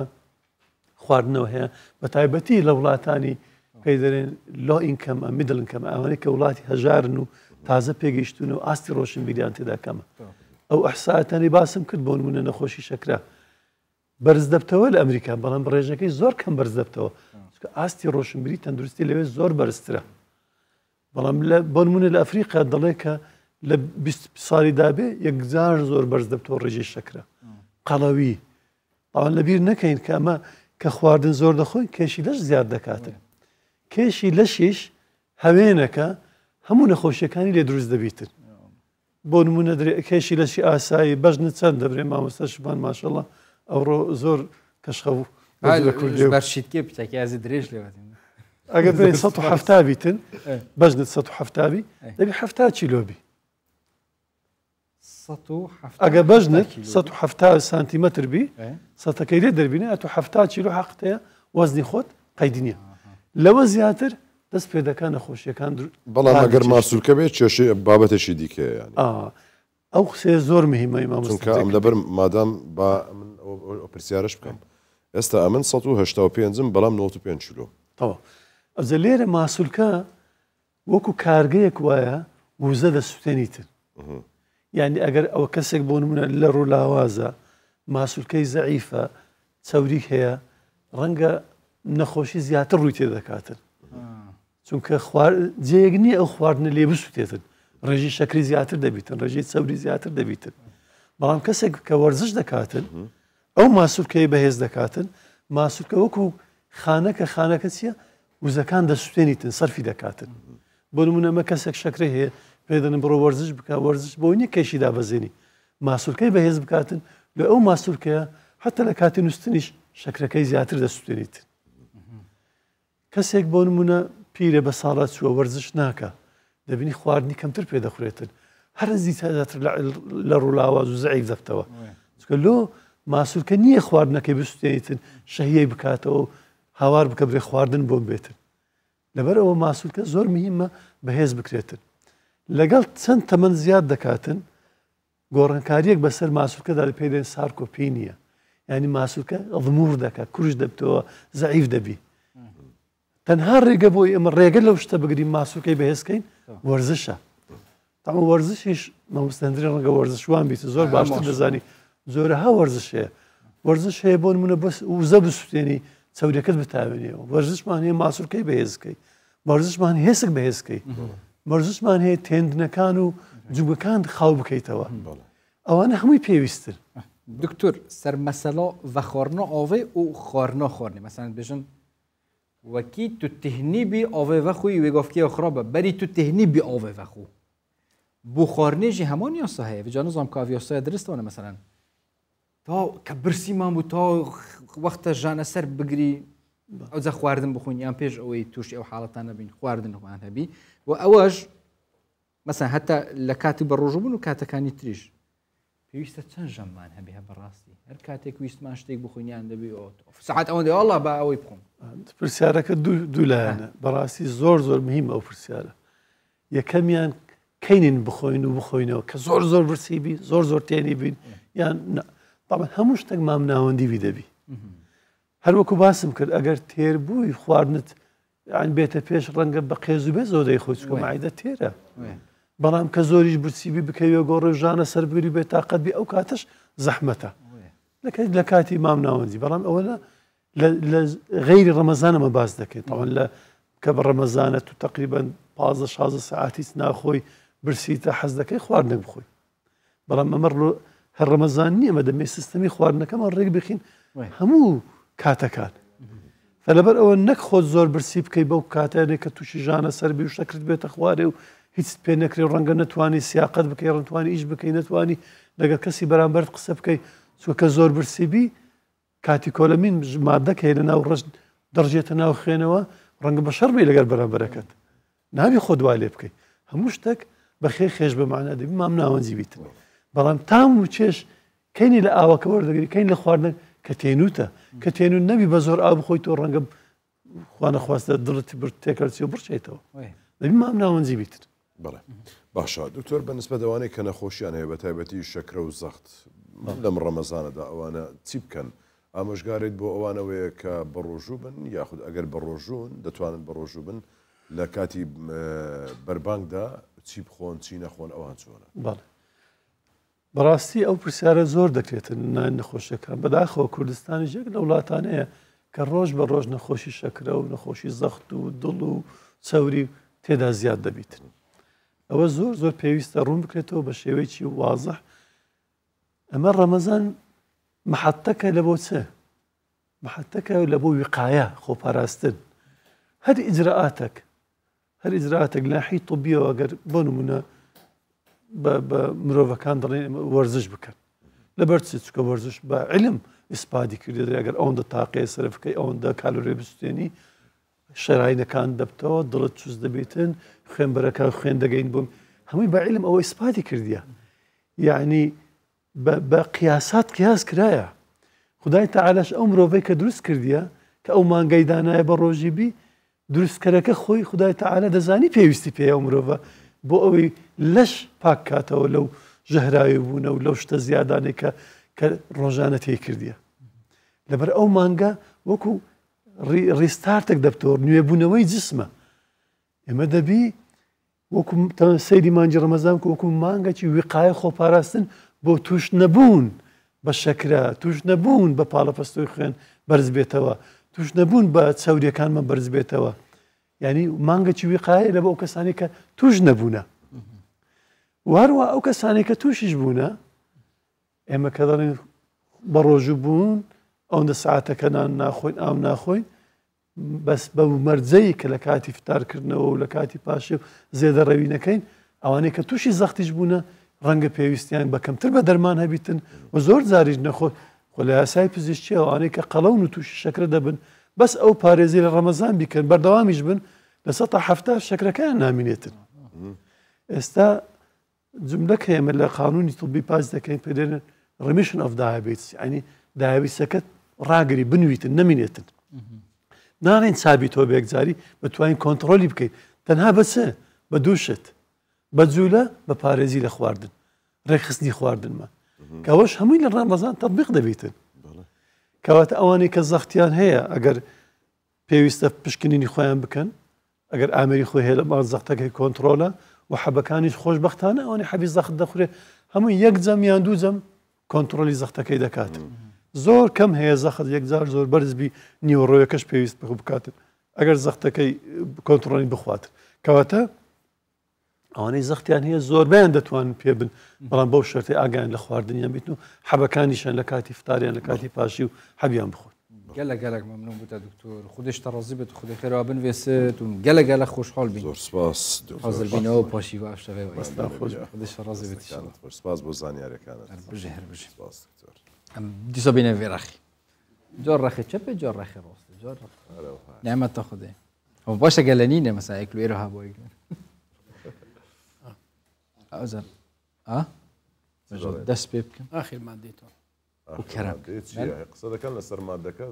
نەوە هەر یەکسەر با بڕۆین يلا بفرمو تەواو دەست پێ بکەن فەرموو.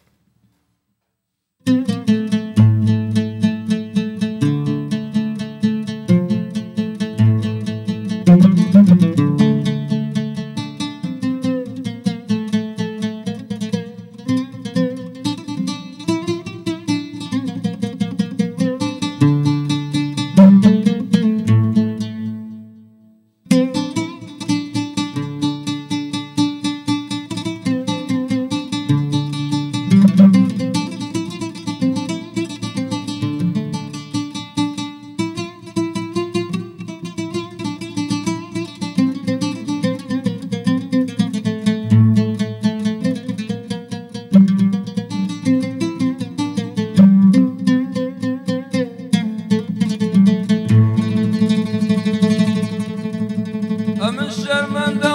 صاحب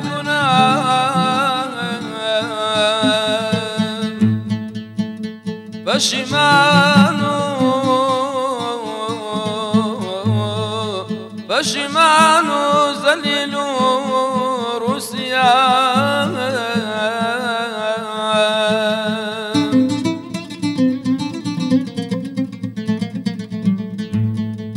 لدنيا وقيامك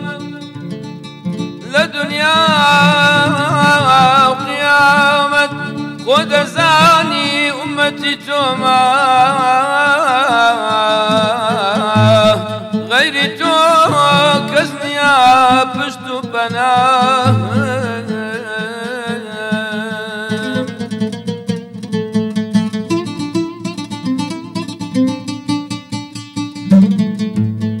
لبر شرمي قناهي خم دقريه مدنالم بك رحمي بقريان وبآهم لدرقايتو أيشان دزانم ناهم يدنابم قداما سائلي درقاي شام ضمن خوشي دردي دران زاني زانم ورا ضمن خوشي دردي دران زاني زانم ورا لك تعذرقو أنا وما يتابانم ورا لك تعذرقو أنا وما يتابانم ورا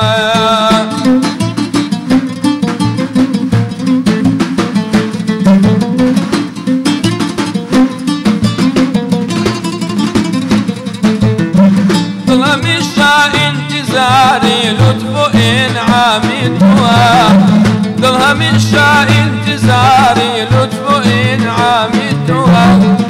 درد من قامتي تمزابك يا نمورا درد من قامتي تمزابك يا نمورا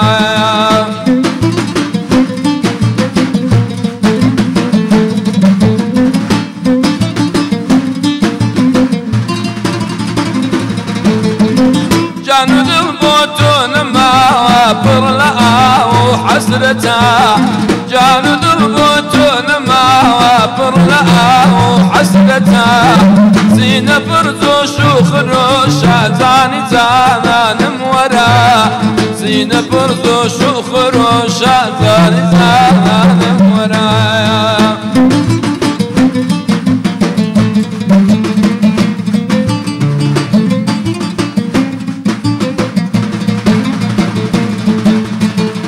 حجمات وعياتي أو برينا نينكر صد حجمات وعياتي أو برينا نينكر تو عيلاتي زخمك كازوب لقمان مورا تو عيلاتي زخمك كازوب لقمان مورا وي إن شاء الله خدش ترازي بيت أفضل هربمينة صحة وخوش دست هربمينة يا ربي ارهبن يا ربي هذه وصلني كل تمنى والله أمن قربان داني ما شاء الله. تخلص كرن بس والله ما وصل دبوا سرتها بمين ما بس أول والله الهوالي وتمشى ذاك أمام زاني عادية سنية هلو دويد وش يقول لا يلون لا والله مخورني لا بابا ما مستوى درجة كل شيء اللي هو سبوي استقبوا يعني سبوا والله نقول أمن أو يخور ما يدخون أخوي دبي أمن أو هبز دي لسرق سكاني ما مستوى هاي في رمضان بكينا ويزجاك بصحة طيبة من بوك سنة باس دبم ككنترول خواردني أم بيناكي يعني تسا أتزار كمين أخوي برا أمن كاك أدخون بس تدخون أتو أم بيوستن بي على الأقل ما مستوى الريبار بمن يقول بس لك يا خينا كاك حازي لزاني أمن تو رياضي دكني أره والله الرياضة استسلية خواردن التايبتها وين يتصوروا شيرين وأشتانا كم وزور بردوان باشا أما الرياضي دكين أتو دخوي دوازدك في دخوي تصدقي دنوي رياضي ده هذا ده خير السناب كاك السبيك دوازك في دخول رياضي ده بخو قينا أو هابك باشا إن شاء الله مثلا كوي كد زولي الرياضة ده كيف طاقتي ده وباريس طيبة رمضان باريس بتما بقولتي وعد بنبر رياضي أمن أوها نيكرت لا إن شاء الله أرسل رسولك كوتايا ها تنزل توابو زور وردة باشتري شغالين هذا بري أو كاتانا استا هذا من هذا كم خول دي خولنا أتو؟ لا والله خولنا نعم بس وردة الرادين هذا بري راج نوس دايما والله ما عندنا باشي وايكي وليش تراضي باشي وايكش كل سنة بالسؤال هتا بشكش كرن وده حس الصباحي ساعات يجيك الشباب دي صدينا خدمتها بابرجو بابتي تجاه مهمان الطيبة تك خده حس كده إشلا خده صحته وخوش كده خده هزي وطاقته بدتوا سبيشال يعني كم عبادتك روجة عبادتك در حق في هي بدأ بكنكو يعني هم تو وقت يوم قالوا جن أبى خلاص باشا من حق في هي بدأ إشلا توصل بين في هي إشلا وخده حس كالصباي دي دارمال فيري هاشي ودوه صباي كاسبي خواتان لقل السلام عليكم شباب